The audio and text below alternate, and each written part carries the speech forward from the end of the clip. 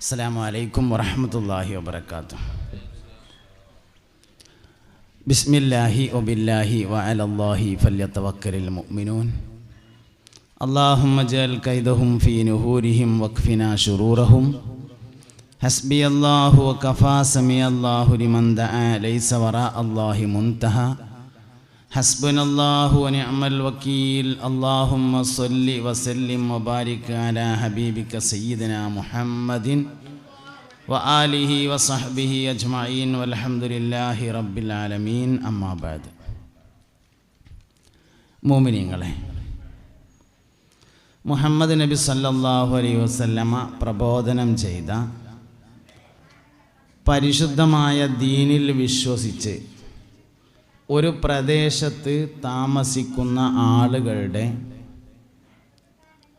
ആത്മീയവും വിദ്യാഭ്യാസപരവും സാമൂഹികവും സാമ്പത്തികവുമായ പുരോഗതികൾക്ക് നേതൃത്വം നൽകുന്നതിന് വേണ്ടി അവരാൽ തിരഞ്ഞെടുക്കപ്പെടുന്ന ഒരു വിഭാഗത്തെയാണ് മഹല്ല് ജമാഅത്ത് എന്ന് പറയുന്നത്. ഇത് ഒരു നിലക്ക് പറയുകയാണെങ്കിൽ കേരളത്തിലും കേരളത്തോട് ചേർന്ന് നിൽക്കുന്ന പ്രദേശങ്ങളിലും മാത്രമാണുള്ളത്.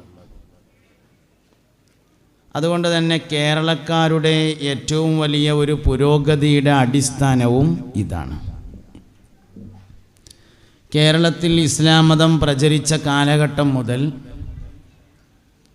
രണ്ട് പ്രധാനപ്പെട്ട സംസ്കാരങ്ങൾ കേരളത്തിൽ ഉണ്ടായിട്ടുണ്ട്. ഒന്ന് പള്ളിയുമായി ബന്ധപ്പെട്ട് ആളുകൾ ജീവിച്ചു പോരുന്നതാണ്. അത് മാലിക് ബിനു ദീനാറിൻ്റെ കാലഘട്ടം മുതൽ തന്നെ ഉണ്ട്. രണ്ടാമത്തേത് മദ്രസകളുമായി ബന്ധപ്പെട്ട് മുസ്ലിം ഉമ്മത്ത് ജീവിച്ചു പോരുന്നതാണ്. അത് 920-കൾക്ക് ശേഷമാണ് ഉണ്ടായിട്ടുള്ളത്. ഏകദേശം ഈ കാലഘട്ടത്തിൽ തന്നെയാണ് ഇങ്ങനെയുള്ള പ്രവർത്തനങ്ങളെ കൂട്ടിയോജിപ്പിച്ചുകൊണ്ട് ബഹുമാനപ്പെട്ട സമസ്ത കേരള ജംഇയ്യത്തുൽ ഉലമ രൂപീകൃതമാകുന്നതും. സമസ്തക്ക് കീഴിൽ ധാരാളം പദ്ധതികളും പരിപാടികളുമുണ്ട്. സമസ്ത കേരള ഇസ്ലാം മത വിദ്യാഭ്യാസ ബോർഡ് അതിൽ വളരെ പ്രധാനപ്പെട്ടതാണ്. സുന്നി യുവജന സംഘം എന്ന SYS അതും പ്രധാനപ്പെട്ടതാണ്. വിദ്യാർത്ഥി യുവജനങ്ങൾക്കിടയിൽ പ്രവർത്തിച്ചു കൊണ്ടിരിക്കുന്ന SKSSF അതിലേറെ പ്രധാനപ്പെട്ടതാണ്.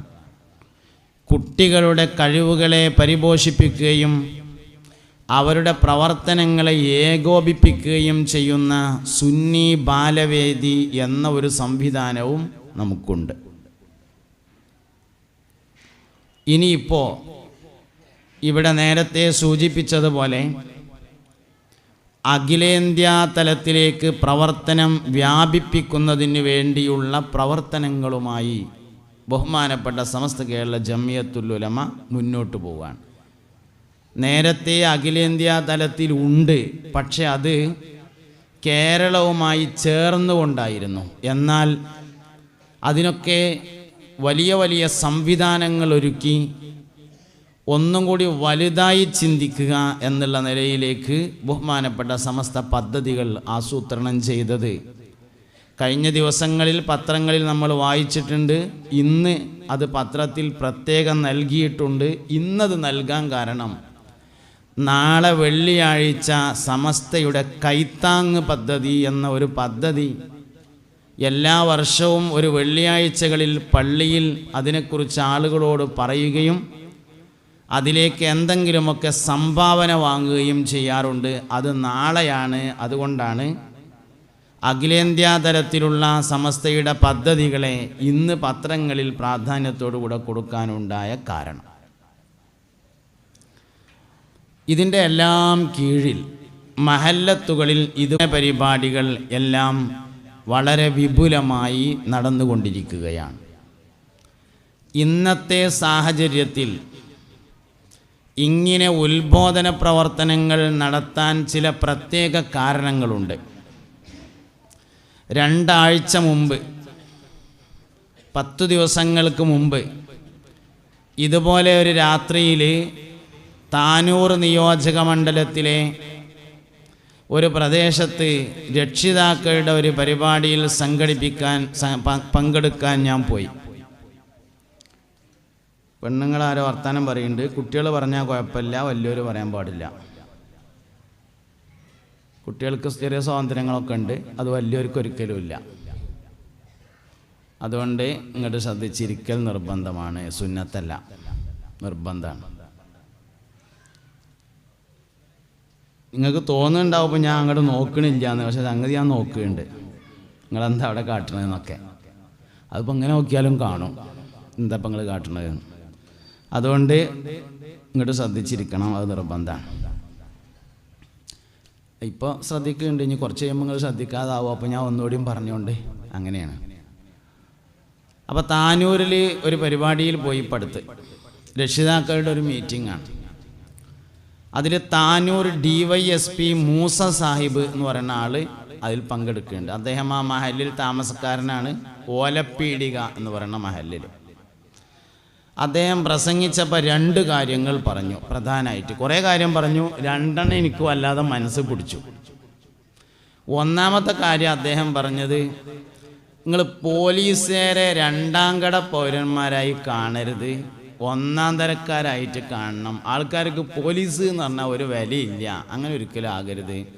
ഞങ്ങളൊരു നിയമം ഉണ്ടാക്കണില്ല, നിങ്ങൾ തിരഞ്ഞെടുത്ത ആളുകൾ ഉണ്ടാക്കിയ നിയമങ്ങളെ നടപ്പിൽ വരുത്തുക മാത്രമേ ഞങ്ങൾ ചെയ്യുന്നുള്ളൂ എന്ന് പറഞ്ഞ ഒരു കാര്യം. ഇത് വളരെ പ്രധാനപ്പെട്ടതാണെന്ന് എനിക്കും തോന്നി. ലോകത്തിൻ്റെ എല്ലാ ഭാഗത്തുള്ള ജനങ്ങളും ഒരു നിയമം വന്നാൽ ഈ നിയമത്തെ എങ്ങനെ അംഗീകരിക്കാം എന്ന് ശ്രമിക്കുമ്പോൾ, ഇന്ത്യക്കാരുടെ മാത്രം പ്രത്യേകത ഒരു നിയമം വന്നാൽ ആ നിയമത്തെ എങ്ങനെ ലംഘിക്കാം എന്ന് നോക്കുമെന്നതാണ്. അത് ഗവൺമെൻറ് നിയമം മാത്രമല്ല, പള്ളിക്കമ്മിറ്റിയുടെ തീരുമാനങ്ങൾ വരെ എങ്ങനെ ലംഘിക്കാം എന്നാണ് നമ്മൾ നോക്കുക. ഗവൺമെൻറ്റിൻ്റെ മാത്രമല്ല, അത് ഏതായാലും അങ്ങനെ തന്നെയാണ്. എന്നാൽ ലോകത്തിൻ്റെ എല്ലാ ഭാഗത്തും ഒരു നിയമം വന്നാൽ ഈ നിയമം എങ്ങനെ പാലിക്കാം എന്ന് ശ്രമിക്കും. മുമ്പ് നമ്മളെ നാട്ടിൽ റേഷൻ പീടിയിൽ മണ്ണെണ്ണ കരിഞ്ചന്തക്ക് വിൽക്കുമായിരുന്നു. അപ്പോൾ അത് മറികടക്കാൻ വേണ്ടി ഗവൺമെൻറ് മണ്ണെണ്ണക്ക് നീല കളർ കൊണ്ടുവന്നു. റേഷൻ പീടിയിലെ മണ്ണെണ്ണക്ക് നീല കളറാണ്. ആ മണ്ണെണ്ണ ഇറക്കാൻ വേണ്ടി വരുന്ന ടാങ്കർ ലോറിയുടെ ഡ്രൈവർ എടുത്ത് അതിൽ ഒറ്റിക്കാൻ ഒരു മരുന്നുണ്ടാവും, അത് ഒറ്റിച്ചാൽ നീല കളർ പോകും. ഒരു നിയമം വന്നാൽ ലോകത്തെ എല്ലായിടത്തുള്ള മനുഷ്യന്മാരും ആ നിയമം എങ്ങനെ പാലിക്കാം എന്ന് നോക്കുമെങ്കിൽ ഇന്ത്യക്കാർ നമുക്കതെങ്ങനെ ലംഘിക്കാം എന്ന് നോക്കും. ലോകത്തെ ഏറ്റവും നല്ല മനുഷ്യന്മാർ മദീനക്കാരാണെന്നാണ്. അത് കഴിഞ്ഞാൽ പിന്നെ ലോകത്തെ ഏറ്റവും നല്ല സ്വഭാവമുള്ള ആൾക്കാർ ഒമാനികളാണത്രേ. മദീനക്കാരെ കഴിഞ്ഞാൽ പിന്നെ ലോകത്തെ ഏറ്റവും നല്ല സ്വഭാവമുള്ള ആൾക്കാർ ഒമാനികളാണ് എന്നാണ് പറഞ്ഞത്. ഒമാൻകാർ. ഒമാനിലൂടെ അങ്ങനെ നടന്നു പോകുമ്പോൾ ഒരാൾ റോഡ് മുറിച്ചടക്കാൻ വേണ്ടി നിൽക്കുകയാണെങ്കിൽ വണ്ടി കൊണ്ട് വരുന്ന ആൾ എത്ര സ്പീഡിലാണെങ്കിലും വണ്ടി ചവിട്ടി നിർത്തിയിട്ട് കൈകൊണ്ട് ഇങ്ങനെ കാട്ടും, പൊയ്ക്കോളി അറിയും. അങ്ങനെ നമ്മൾ അക്കരമൊക്കെ പോയതിൻ്റെ ശേഷം വണ്ടി എടുത്തു പോവുള്ളൂ. ഒരാൾ അങ്ങനെ നിർത്താതെ പോകുന്നുണ്ടെങ്കിൽ അയാൾ മലയാളിക്കാരെന്നാണ്. ഒമാനി അങ്ങനെ ചെയ്യൂല എന്നാണ്. അപ്പോൾ അതാണ് നമ്മളൊരു സ്വഭാവം. ഒരു നിയമം ഉണ്ടെങ്കിൽ അതിനെ എങ്ങനെ ലംഘിക്കാം എന്നതാണ് നമ്മുടെ നോട്ടം. ബാക്കി ലോകത്തെ എല്ലാ മനുഷ്യന്മാരും നിയമം എങ്ങനെ പാലിക്കാം എന്ന് നോക്കുന്നവരാണ്. അതുകൊണ്ട് മുഅ്മിനീങ്ങളായ ആളുകൾ നിയമത്തെ കൃത്യമായി പാലിക്കണം. നമ്മൾ വണ്ടിയേറ്റ് പോകുന്നുണ്ടെങ്കിൽ അതിൻ്റെ പുക ടെസ്റ്റ് ചെയ്ത പേപ്പർ ഉണ്ടാവണം, അതിൻ്റെ ഇൻഷുറിൻ്റെ കടലാസ് ഉണ്ടായിരിക്കണം, അതിൻ്റെ ടാക്സ് അടച്ചിരിക്കണം, എന്നിട്ട് ഓടണം. ഓട്ടുന്ന ആൾക്ക് ലൈസൻസ് ഉണ്ടായിരിക്കണം. നിയമത്തെ നമ്മൾ പാലിക്കുകയാണ് വേണ്ടത്. നിയമം ലംഘിച്ചിട്ട് അത് പേറിയ ഒരു 100 ഉറുപ്പ്യ കൊടുത്താൽ പോരെ എന്ന് പറയലല്ല. ആ 100 ഉറുപ്പ്യ കൊടുക്കരുത്, അതാണ് അഭിമാനം. അങ്ങനെ ഒരു 100 ഉറുപ്പ്യ കൊടുക്കാനുള്ള വക ഉണ്ടാകരുത് എന്നുള്ളതാണ് അഭിമാനം എന്ന് പറയുന്നത്. അപ്പോൾ അത് അദ്ദേഹം പറഞ്ഞ ഒരു കാര്യമായിരുന്നു. രണ്ടാമത് അദ്ദേഹം പറഞ്ഞത് 17.5 ലക്ഷം കോടി രൂപ ചെലവഴിച്ചു. 17.5 ലക്ഷം കോടി ഇന്ത്യൻ രൂപ ചെലവഴിച്ചിട്ട് ഖത്തറിൽ വേൾഡ് കപ്പ് നടന്നു. 17.5 ലക്ഷം റുപ്യല്ല, 17.5 ലക്ഷം കോടി ഇന്ത്യൻ രൂപ എന്നാണ് നമുക്ക് ആലോചിക്കാൻ പോലും പറ്റൂല ആ എമൗണ്ട്. അത്രയും പൈസ ചിലവാക്കിയിട്ട് ഖത്തറിൽ വേൾഡ് കപ്പ് നടന്നിട്ട് ഖത്തറിൽ ആകെ രജിസ്റ്റർ ചെയ്ത കേസ് ഒരെണ്ണാണ്. ഒരു കേസ് വിദേശത്തു നിന്ന് വന്ന ഒരു പെണ്ണിൻ്റെ പേരിൽ ഒരു കേസ് എടുത്തു, അത് മാത്രമാണ്. താനൂർ നിയോജക മണ്ഡലത്തിൽ രജിസ്റ്റർ ചെയ്തത് 2 കേസാണ്. ഖത്തറിൽ കേസ് രജിസ്റ്റർ ചെയ്ത് അറസ്റ്റ് ചെയ്ത സ്ത്രീയെ അപ്പം തന്നെ ജാമ്യത്ത് വിട്ടു. താനൂരിൽ രജിസ്റ്റർ ചെയ്ത 2 കേസിൽ അകപ്പെട്ട 2 ആളുകൾ റിമാൻഡിലാണ്, അതായത് ജയിലിലാണ്. വിടാൻ പറ്റിയ കേസല്ല എന്നർത്ഥം, മറ്റേത് വിടാൻ പറ്റിയ കേസായിരുന്നു. ഇതാണ് നമ്മളൊരവസ്ഥ എന്ന് പറഞ്ഞത് എന്ന് അദ്ദേഹം പറഞ്ഞു. പക്ഷെ നമ്മളിതിൻ്റെ കണക്കുകൾ ഇങ്ങനെ അവതരിപ്പിച്ചിട്ട് കാര്യമില്ലല്ലോ. പരിഹാരം എന്താണ് എന്നതിനെ കുറിച്ചാണ് ആലോചിക്കേണ്ടത്. എന്താണ് പരിഹാരം? വെള്ളിയാഴ്ച ജുമയ്ക്ക് വന്നാൽ കുട്ടികൾ തട്ടിൻ്റെ മേലെ കയറിയിരുന്ന് വർത്താനം പറയുകയാണെന്ന് നമുക്ക് എല്ലാവർക്കും അഭിപ്രായമുണ്ട്. എന്നാൽ ആ കുട്ടികളൊക്കെ വാപ്പുള്ളവർ തന്നെയാണ്. സ്വാലിഹ് നബി അലൈഹി ഇസ്ലാമിൻ്റെ ഒട്ടകം മാത്രമേ പാറൻ്റെ ഉള്ളിൽ നിന്ന് വന്നിട്ടുള്ളൂ, ബാക്കിയൊക്കെ ഉമ്മ വെറ്റതാണ്, വാപ്പണ്ടേനും, അല്ലാത്തതില്ല. ജുമ്മ കഴിഞ്ഞിട്ട് പോകുമ്പോൾ പീടി കയറിയിട്ട് എന്താ ഇപ്പം ഈ ചെറുക്കന്മാരൊക്കെ ഒരു മട്ടം, വെള്ളിയാഴ്ച വന്നുകാണ്ട് പള്ളിൻ്റെ മേലെ കയറിയിരുന്നുകാണ്ട് ഒരു വർത്തമാനം പറയുകയാണല്ലോ എന്ന് പറയണ ആ വാപ്പ ഉച്ചക്ക് ചോറ് കഴിക്കാൻ പെരേക്ക് ചെല്ലുമ്പോൾ ഓൻ്റെ മകനെ കാണുമ്പോൾ ഒന്ന് ചോദിച്ചിട്ടുണ്ടെങ്കിൽ ഈ വിഷയം എന്നോ തീരും. അതിന് തയ്യാറില്ല, അങ്ങാടിയിൽ നിന്ന് അഭിപ്രായം പറയാൻ മാത്രമേ തയ്യാറുള്ളൂ. ഇതാണ് സംഗതി. പൂച്ചക്കൂടി മനസ്സിലായി ഞാൻ എന്തോ കാര്യമായിട്ടൊരു വിഷയം പറയുന്നുണ്ട് എന്നുള്ളത്. എന്നിട്ടും നിങ്ങൾക്ക് മനസ്സിലായില്ലെങ്കിൽ പിന്നെ എന്താ കാട്ടുക? ഈ പള്ളിൻ്റെ മേലെ കയറി ഇരുന്നിട്ട് വർത്താനം പറയുന്ന കുട്ടികൾക്ക് മൊത്തത്തിൽ വാപ്പാരുണ്ട്. മിക്കവാറും നാട്ടിൽ തന്നെ ഉണ്ടാവും, വിദേശത്തൊന്നുമല്ല. ഓൽക്ക് ആ ഉച്ചക്ക് കുട്ടി ചോറ് കഴിക്കാൻ വരുമ്പോൾ അതൊക്കെ ഞാൻ പറയുമ്പോൾ ചെറുപ്പക്കാരെ പറ്റി എനിക്ക് നല്ല അഭിപ്രായമായിട്ടുള്ളത്, മോശപ്പെട്ട അഭിപ്രായക്കാരനല്ല ഞാൻ. യുവാക്കളെക്കുറിച്ച് വളരെ നല്ല അഭിപ്രായക്കാരനാണ് ഞാൻ. പക്ഷെ ഒരു വിഷയം ഇങ്ങനെ പറഞ്ഞു വരാന്നേ ഉള്ളൂ. ഉച്ചക്ക് ചോറ് കഴിക്കാൻ വേണ്ടി ആ കുട്ടി പെരേക്ക് വരും, ബാപ്പാൻ്റെ അടുത്തേക്ക് വരും. അപ്പം ഡൈനിങ് ഹാളിൽ ടേബിളിൻ്റെ അപ്പുറം ഇപ്പുറം ഇരുന്ന് ചോറ് കഴിക്കുമ്പോൾ, ചോറ് വേയിക്കണം, അത് വേറെ കാര്യം, അങ്ങനെയാണ് ചോറ് വേയിക്കേണ്ടത്. അങ്ങനെ ചോറ് കഴിക്കുമ്പോൾ ഒന്ന് അവനാൻ്റെ മക്കളോട് ചോദിച്ചാൽ മതിയടാ മോനെ, ഇന്ന് വെള്ളിയാഴ്ച പള്ളിക്കല മേലൊന്നും വല്ലാതെ വർത്താനം കേട്ടിരുന്നു, വാപ്പാൻ്റെ കുട്ടി അതിലില്ലല്ലോ എന്നൊന്ന് ചോദിച്ചിരിക്കുകയാണെങ്കിൽ അഥവാ ഉണ്ടെങ്കിൽ തന്നെ അടുത്ത വെള്ളിയാഴ്ച ഓൻ അതിൽ നിൽക്കൂല. പക്ഷെ ഒരു വാപ്പിയും ചോദിക്കാൻ തയ്യാറില്ല. ഓൻ ശനിയാഴ്ച അങ്ങാടിയിൽ വന്നിട്ട് വേണമെങ്കിൽ പറയും എന്താണ് ഇപ്പോൾ ഇവിടെ ജുമയ്ക്ക് വന്നാൽ എന്ന് പറഞ്ഞുകൊണ്ട് 4 ഡയലോഗ് അടിക്കും. അതുകൊണ്ടൊരു കാര്യമില്ല. പ്രശ്നങ്ങൾ പറഞ്ഞിട്ടൊരു പ്രയോജനമില്ലല്ലോ.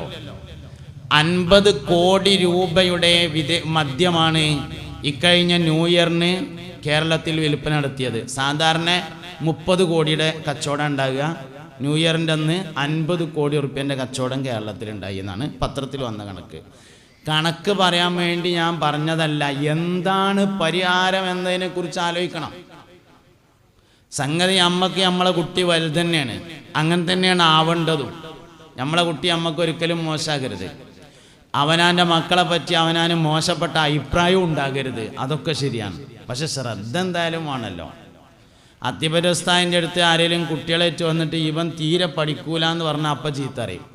അവനാൻ്റെ മക്കളെ പറ്റി അവനാനെ നല്ല അഭിപ്രായം ഇല്ലെങ്കിൽ പിന്നെ ആർക്കും ഉണ്ടാകുക എന്നാണ്. അതുകൊണ്ട് അങ്ങനെ പറയാൻ പാടില്ല. ഇവൻ ഒന്നും കൂടി ഉഷാറാകാൻ വേണ്ടി ഉസ്താദ് നിങ്ങളൊന്ന് ദ്വാരക്കണം എന്ന് പറഞ്ഞാൽ കുഴപ്പമൊന്നുമില്ല, മോശമാണെന്ന് പറയാൻ പാടില്ല എന്നാണ്. അപ്പോൾ അവൻ്റെ മക്കളെ പറ്റിയിട്ടും അവനാൻ്റെ ആൾക്കാരെ പറ്റിയിട്ടും അവനാനും മോശപ്പെട്ട അഭിപ്രായം ഉണ്ടാകാൻ പാടില്ല എന്നുള്ളതൊരു ശരിയാണ്. പക്ഷെ അത് കരുതിയിട്ട് ശ്രദ്ധ ഉണ്ടാകാൻ പാടില്ല എന്ന് അർത്ഥമില്ല. ഇലാഹിയായ പ്രവർത്തനത്തിൻ്റെയും ശൈത്താനിയായ പ്രവർത്തനത്തിൻ്റെയും പ്രത്യേകത, ഇലാഹിയായ പ്രവർത്തനത്തിൻ്റെ രസം സാവകാശവും ശൈത്താനിയായ പ്രവർത്തനത്തിൻ്റെ രസം പെട്ടെന്നാണ് ഉണ്ടായിരിക്കുക. ഇലാഹിയായ പ്രവർത്തനത്തിൻ്റെ രസം ആക്കത്തിനെ കിട്ടുള്ളൂ.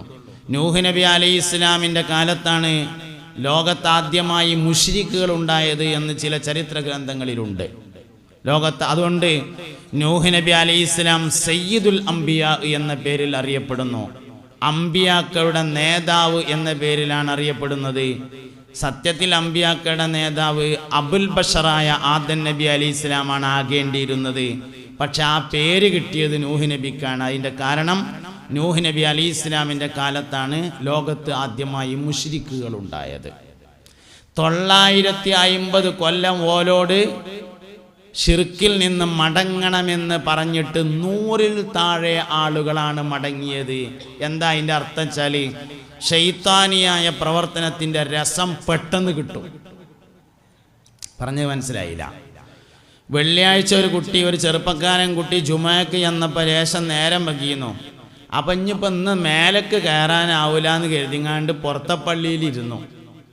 ഏതായാലും ഇപ്പം ഞാൻ അവിടെ ഇരുന്ന സ്ഥിതിക്ക് ദുആ കഴിഞ്ഞിട്ട് പോകാൻ തീരുമാനിച്ചുകൊണ്ട് ഓൻ അവിടെ ഇരുന്നു. ദുആ കഴിഞ്ഞപ്പോൾ ഏതായാലും കുറേ പരിചയക്കാരൊക്കെ കാണാണ്ട് ഓൽക്കൊന്ന് കയ്യൊടുക്കാമെന്ന് തീരുമാനിച്ച് കയ്യും കൊടുത്തു. അപ്പോൾ വാപ്പാക്ക് തോന്നി ചെറുക്കൻ നന്നായിട്ടുണ്ട്. കാരണം ഓൻ ഈ വെള്ളിയാഴ്ച താഴെയാണ് ഇരുന്നത്, വർത്താനം പറഞ്ഞിട്ടില്ല, ദുആ കഴിഞ്ഞിട്ടാണ് പോണത്, എല്ലാവർക്കും കയ്യൊടുത്തിട്ടാണ് പോണത്, ചെറുക്കൻ നന്നായിട്ടുണ്ട് എന്ന് വിചാരിക്കേണ്ട. കാരണം ഇലാഹിയായ പ്രവർത്തനങ്ങളുടെ രസം അത്ര വേഗം കിട്ടൂല. അതേ സമയത്ത് ഒരു കൊല്ലം പൂരത്തിന് പോയാൽ എഴുതി വെച്ചോളി, അടുത്ത കൊല്ലം ഓർമ്മപ്പെടുത്തുകൂടി വേണ്ടി വരില്ല, ഓൻ പൊയ്ക്കോളും. ശൈത്താനിയായ പ്രവർത്തനത്തിൻ്റെ രസം വേഗമാണ്, ഇലാഹിയായ പ്രവർത്തനത്തിൻ്റെ രസം സാവകാശമാണ്. അതുകൊണ്ട് ഒരുക്ക വയതിന് പോയി എന്ന് എഴുതിയിട്ടോ എന്നും വയതിന് പോകുമൊന്നുമില്ല. ഒരിക്കങ്ങനെ യൂട്യൂബിൽ ഇങ്ങനെ നോക്കിയപ്പോൾ കയ്യെട്ടിങ്ങാണ്ട് സാലിം വൈസിൻ്റെ പ്രസംഗം കേട്ടു എന്ന് എഴുതിയിട്ട് എന്നും കേൾക്കൊന്നുമില്ല. അങ്ങനെ വേറെ എന്താ കയ്യെട്ടണം, പിന്നെ എപ്പോഴും ഇതേമാതിരി കയ്യെട്ടണം. അങ്ങനെയാണ്. ഇലാഹിയായ വിഷയങ്ങളുടെ രസം സാവകാശമാണ്. എന്നാൽ ശൈത്താനിയായ വിഷയങ്ങളുടെ രസം പെട്ടെന്നാണ്. അതുകൊണ്ട് തന്നെ ലഹരി ഉപയോഗങ്ങളിലേക്ക് ആളുകൾ പോകാനുള്ള സാധ്യത വളരെ കൂടുതലാണ്. തമാശക്ക് ഒരിക്കൽ ജുമക്ക് പോയി എഴുതിയിട്ട് പോയെന്നും പോവില്ല. തമാശക്ക് ഒരു ദിവസം ദൂരം നിൽക്കരിച്ചു എഴുതിയിട്ട് പോയെന്നും നിൽക്കരിച്ചില്ല. അതേ സമയത്ത് തമാശക്ക് ഒരിക്കൽ കഞ്ചാവ് വലിച്ചാവോ എപ്പോഴും വലിക്കും. കാരണം അത് ശൈത്താനിയായ പ്രവർത്തനമാണ്.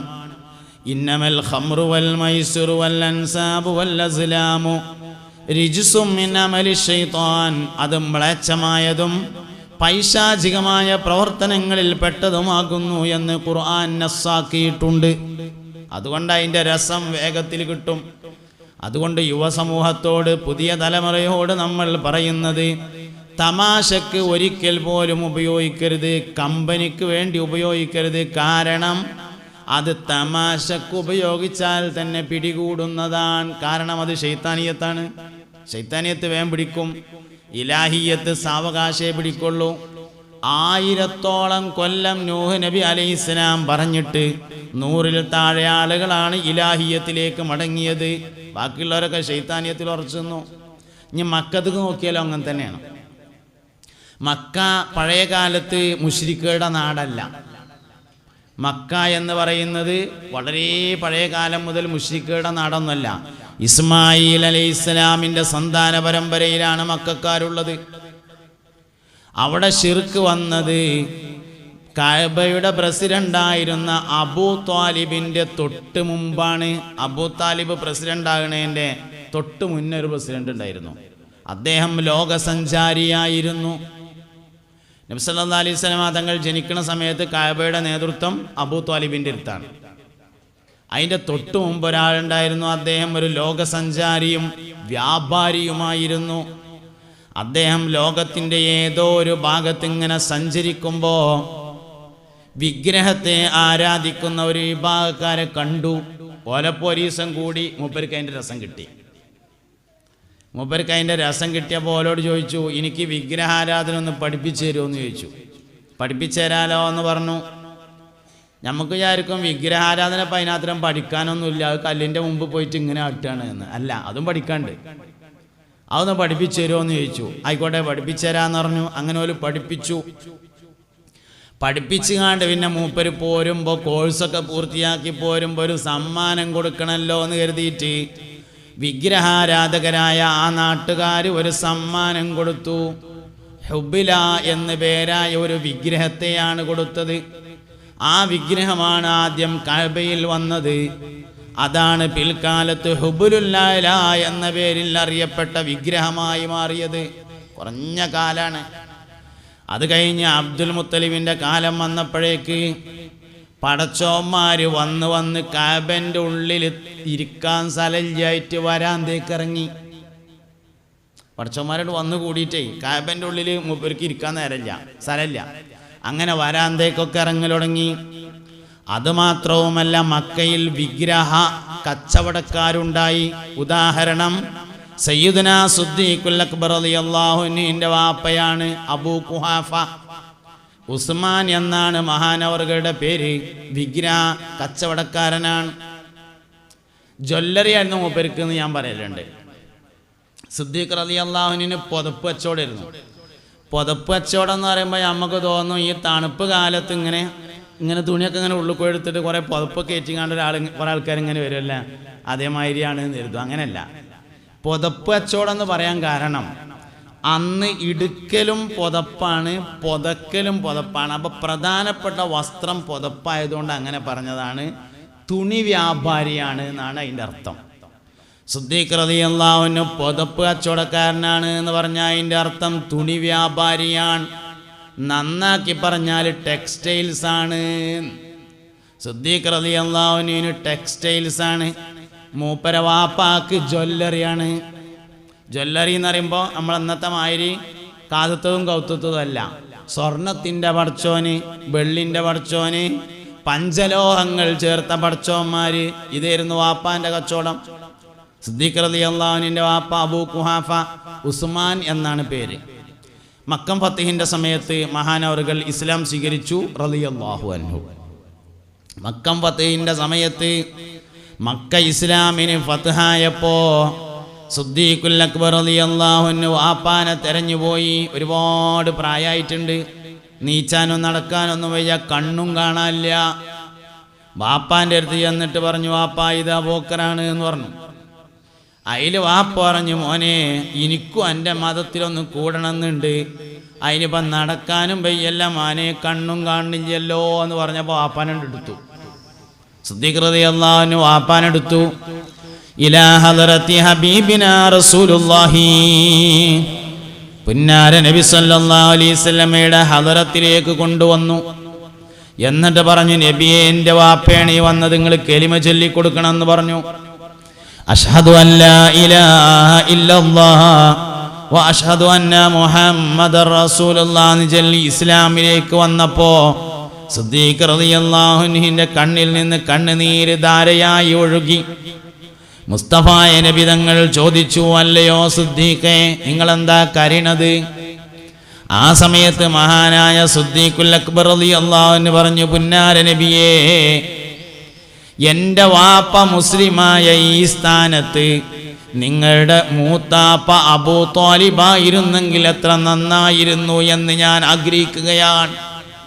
അല്ലെങ്കിൽ നിങ്ങളുടെ അളാപ്പ അബൂ താലിബ് അളാപ്പയാണോ മൂത്താപ്പയാണോ എന്ന് അഭിപ്രായ വ്യത്യാസമുണ്ട്. മുസ്തഫ നബി സല്ലല്ലാഹു അലൈഹി വസല്ലമയുടെ വാപ്പ അബ്ദുല്ലാ റളിയല്ലാഹു അൻഹു ആണ് ചെറിയ മകൻ എന്നാണ് ശരിയായ അഭിപ്രായം. അങ്ങനെ വരുമ്പോൾ മൂത്താപ്പയാണ്. പിന്നെ അറബിയിൽ ഉപയോഗിച്ചാൽ അമ്മ എന്ന് ഉപയോഗിച്ചാൽ അത് അളാപ്പാക്കും മൂത്താപ്പാക്കും പറയും. അതുകൊണ്ട് അളാപ്പയാണ് മൂത്താപ്പയാണെന്ന് രണ്ടും പറയലുണ്ട്. എന്താവട്ടെ, അബ്ദുല്ലാന്റെ സഹോദരനാണ് റളിയല്ലാഹു അൻഹു. അബ്ദുള്ള റളിയല്ലാഹു അൻഹുവിന്റെ പേര് കേൾക്കുമ്പോൾ റളിയല്ലാഹു അൻഹു ചെല്ലൊക്കെ ചെയ്യാട്ടോ. മുപ്പര് നമ്മളിരുന്ന് പൈസ കടം വാങ്ങിക്കാണ്ട് മുങ്ങിയിട്ടൊന്നും ഇല്ലല്ലോ. കഫ്തീരിയൊക്കെ പൈസ വാങ്ങിക്കാണ്ട് പിന്നെ തരാതെ നാട്ടിൽ പോയിക്കണോ? ഇല്ലല്ലോ. അബ്ദുള്ള നബി തങ്ങളുടെ വാപ്പ റളിയല്ലാഹു അൻഹു. ചൊല്ലിക്കോളി, ധൈര്യം ഒരു കുഴപ്പമില്ല, ചെല്ലാം, ഒരു കുഴപ്പമൊന്നുമില്ല. അത് നമുക്ക് അങ്ങനെ ഒരു ധാരണപ്പശക് വന്നതാണ്, ചെല്ലാൻ പറ്റൂല. ആമിന ബി റളിയല്ലാഹു അൻഹ എന്ന് മാത്രമേ പറ്റുള്ളൂ എന്ന് നമുക്ക് തോന്നിയതാണ്. അങ്ങനെയൊന്നുമല്ല. മുസ്തഫ നബി സല്ലല്ലാഹു അലൈഹി വസല്ലമയുടെ വാപ്പ അബ്ദുള്ള റളിയല്ലാഹു അൻഹുവിന്റെ സഹോദരനാണ്. അപ്പൊ പുണ്യ നബിയോട് സല്ലല്ലാഹു അലൈഹി വസല്ലമയോട് സിദ്ദീഖുൽ അക്ബർ റളിയല്ലാഹു അൻഹു പറഞ്ഞു, നബിയെ, എൻ്റെ വാപ്പ അബൂ ഖുഹാഫ മുസ്ലിമായ ഈ സ്ഥാനത്ത് നിങ്ങളുടെ മൂത്താപ്പയായിരുന്നു വന്നതെങ്കിൽ എന്ന് ആഗ്രഹിച്ചിട്ടാണ് കരച്ചിൽ വന്നത്. പുന്നാര നബി സല്ലല്ലാഹു അലൈഹി വസല്ലമ ചോദിച്ചു, അബൂബക്കറേ, നിന്റെ വാപ്പ ഇസ്ലാമിലേക്ക് വരുന്നതിനേക്കാൾ എൻ്റെ മൂത്താപ്പ ഇസ്ലാമിലേക്ക് വരുന്നത് നിനക്ക് ഇഷ്ടപ്പെടാൻ കാരണമെന്തേ എന്ന് ചോദിച്ചോ. പറഞ്ഞു, അള്ളാന്റെ റസൂലേ, അതല്ലേ നിങ്ങൾക്ക് കൂടുതൽ ഇഷ്ടമുണ്ടാകുക എന്ന് ചോദിച്ചു. അതങ്ങനെ തന്നെയാണ് പറഞ്ഞു. അതന്നെയാണ് എനിക്കും കൂടുതൽ ഇഷ്ടം എന്ന് പറഞ്ഞ ആളാണ് സയ്യിദുനാ അബൂബക്കർ സിദ്ദീഖ് റളിയല്ലാഹു അൻഹു എന്ന മഹാനുഭാവൻ. അപ്പൊ സിദ്ദീഖുൽ അക്ബർ റളിയല്ലാഹു അൻഹുവിന്റെ വാപ്പാക്ക് വിഗ്രഹങ്ങളുടെ കച്ചവടമായിരുന്നു എന്ന് പറഞ്ഞതാണ്. അതായത് വളരെ ചെറിയ കാലമായിട്ടുള്ളൂ. എന്നിട്ട് നബി സല്ലല്ലാഹു അലൈഹി വസല്ലമ തങ്ങളിൽ അവരിൽ തൗഹീദ് പറഞ്ഞിട്ട് എന്തോ ഒരു മടിയാ ഓൽക്ക് വരാൻ. അവസാനം ജന്മനാടുപേക്ഷിച്ച് മദീനയിലേക്ക് പോകേണ്ടി വന്നു. അനുചരന്മാർ ഹബസീനിയയിലേക്ക് പോയി, മുത്തുനബി ത്വായിഫിലേക്ക് പോയി. എവിടെയും നിൽക്കാൻ കഴിയാതെ അവസാനം മദീനയിലേക്ക് മടങ്ങി വരില്ല എന്ന തീരുമാനത്തോടുകൂടെ യാത്ര ചെയ്തതാണ് ഹിജ്റ എന്ന് പറയുന്നത്. പിന്നെ നബി സല്ലല്ലാഹു അലൈഹി വസല്ലം മക്കം ഫത്ഹിന് വന്നു. അന്ന് അബൂ ഖുഹാഫ ഇസ്ലാം മതം സ്വീകരിക്കലുണ്ടായി. അപ്പോൾ ഞാൻ പറഞ്ഞുകൊണ്ടിരിക്കുന്നത് ശൈത്താനിയായ വിഷയത്തിൻ്റെ രസം വേഗം പരക്കും, ഇലാഹിയായ വിഷയത്തിൻ്റെ രസം സാവകാശാണ്. അത് വലിയൊരു തൗഫീഖാണ്. ഇലാഹിയായ വിഷയത്തിൻ്റെ രസം കിട്ടുക എന്ന് പറഞ്ഞാൽ ഒരു തൗഫീഖാണ്. അത് ചില ആൾക്കാർക്ക് അങ്ങനെ ഒരു തൗഫീഖ് ഉണ്ടാവും. സ്വർഗം കൊണ്ട് സന്തോഷ വാർത്ത അറിയിക്കപ്പെട്ട 10 ആൾക്കാരുണ്ട്. അതിൽ 4 ആള് 4 ഖലീഫമാരാണ്. 4 ആള് 4 ഖലീഫമാര് കഴിച്ചാൽ ബാക്കി 6 ആളും ഇസ്ലാമിലേക്ക് വരുന്നത് സിദ്ദീഖ് റളിയല്ലാഹു അൻഹു മുഖേനയാണ്. അതാണ് തൗഫീഖ് പറഞ്ഞത്. 10 ആൾക്കാർക്കാണ് സ്വർഗം എന്ന് പുന്നാര നബി പറഞ്ഞത് സല്ലല്ലാഹു അലൈഹി വസല്ലം. അതിൽ 4 ആൾക്കാർ 4 ഖലീഫമാരാണ്. അതിലൊന്ന് അബൂബക്കർ സിദ്ദീഖാണ്. ബാക്കി 3 ആളുള്ളത് റളിയല്ലാഹു അൻഹു. ബാക്കി 6 ആൾക്കാരുണ്ട്. വബിത്വൽഹത്തിൻ സുമ്മ സുബൈരി വസഅദിഹിം വസഈദിഹിം ദിൽ മജ്ദി വല്ലാലായി വബിബിനി ഔഫിൻ മൻ സമാ ഫലകൽ ഉലാ വഅബി ഉബൈദത സയ്യിദിൽ ഉമനായി ഉംനുൻ അലയ്യ ബിതൗബത്തിൻ മഖ്ബൂലത്തിൻ തംഹു ബിഹാ അന്നി അളീമ ഖതായി റിളവാനു റബ്ബി ദായിമൻ യഗ്ശാഹുമു മാനാത്തിൽ വർഖാഉ ബിൽ ബത്ഹായി. അതാണ് 6 ആൾക്കാർ. ഈ 6 ആൾക്കാരും ബഹുമാനപ്പെട്ട സയ്യിദുനാ അബൂബക്കറിന് സിദ്ദീഖ് റളിയല്ലാഹു അൻഹു മുഖേന ഇസ്ലാമിലേക്ക് വന്നവരാണ്. അതാണ് തൗഫീഖ് പറഞ്ഞത്. അത് തൗഫീഖാണ്. അപ്പൊ ഹിദായത്ത് വലിയൊരു തൗഫീഖാണ്. അതേ സമയത്ത് ശൈത്വാനിയത്ത് വേഗം പിടികൂടും. അതുകൊണ്ട് നമ്മുടെ മക്കളെ നല്ലോണം നോക്കണം എന്ന് പറയാനാണ് ഞാൻ ഈ പറയണത്. എവിടുന്നും കൂടാം, ഏത് സ്ഥലത്തുനിന്നും ചെയ്ത്താൻ കൂടാം. മയക്കുമരുന്നിൻ്റെ ഉപയോഗം എന്ന് പറയുന്നത് ശൈത്വാനിയത്താകുന്നു. എങ്ങനെ നോക്കുക? ലക്ഷണങ്ങളെ നോക്കുകയാണ് വേണ്ടത്. എല്ലാവരും നോക്കണം. അവനവൻ്റെ കുട്ടികളെ, ആൺകുട്ടികളെ പ്രത്യേകിച്ച് നോക്കണം, പെൺകുട്ടികളിൽ നോക്കണം. ആൺകുട്ടികളെയാണ് നല്ലോണം നോക്കേണ്ടത്. കാരണം പെൺകുട്ടികൾ ലഹരിക്ക് അടിമപ്പെട്ടാലും അതിൽ നിന്ന് മാറാൻ ഒരുപാട് സാധ്യതകളുണ്ട്. എന്നാൽ ആൺകുട്ടികൾ ലഹരിക്ക് അടിമപ്പെട്ടാൽ മാറാൻ സാധ്യത കുറവാണ്. അതേസമയത്ത് പെൺകുട്ടികൾ പ്രണയത്തിൽ പെട്ടാൽ മാറാൻ സാധ്യത കുറയും. ആൺകുട്ടികൾ പ്രേമിക്കൽ മുതലാക്കാൻ വേണ്ടിയിട്ടാണ്. മുതലാവൂലാന്ന് തോന്നിയാൽ ഒലയുവാവും. അങ്ങനെയാണ്. അതുകൊണ്ട് ആൺകുട്ടികളെയാണ് ലഹരി ഉപയോഗത്തിൽ നല്ലോണം ശ്രദ്ധിക്കേണ്ടത്. ഒഴിവാകാനുള്ള സാധ്യത വളരെ കുറവായിരിക്കും. എങ്ങനെ നോക്കുക? ലക്ഷണങ്ങൾ നോക്കണം. ആരാ നോക്കേണ്ടത്?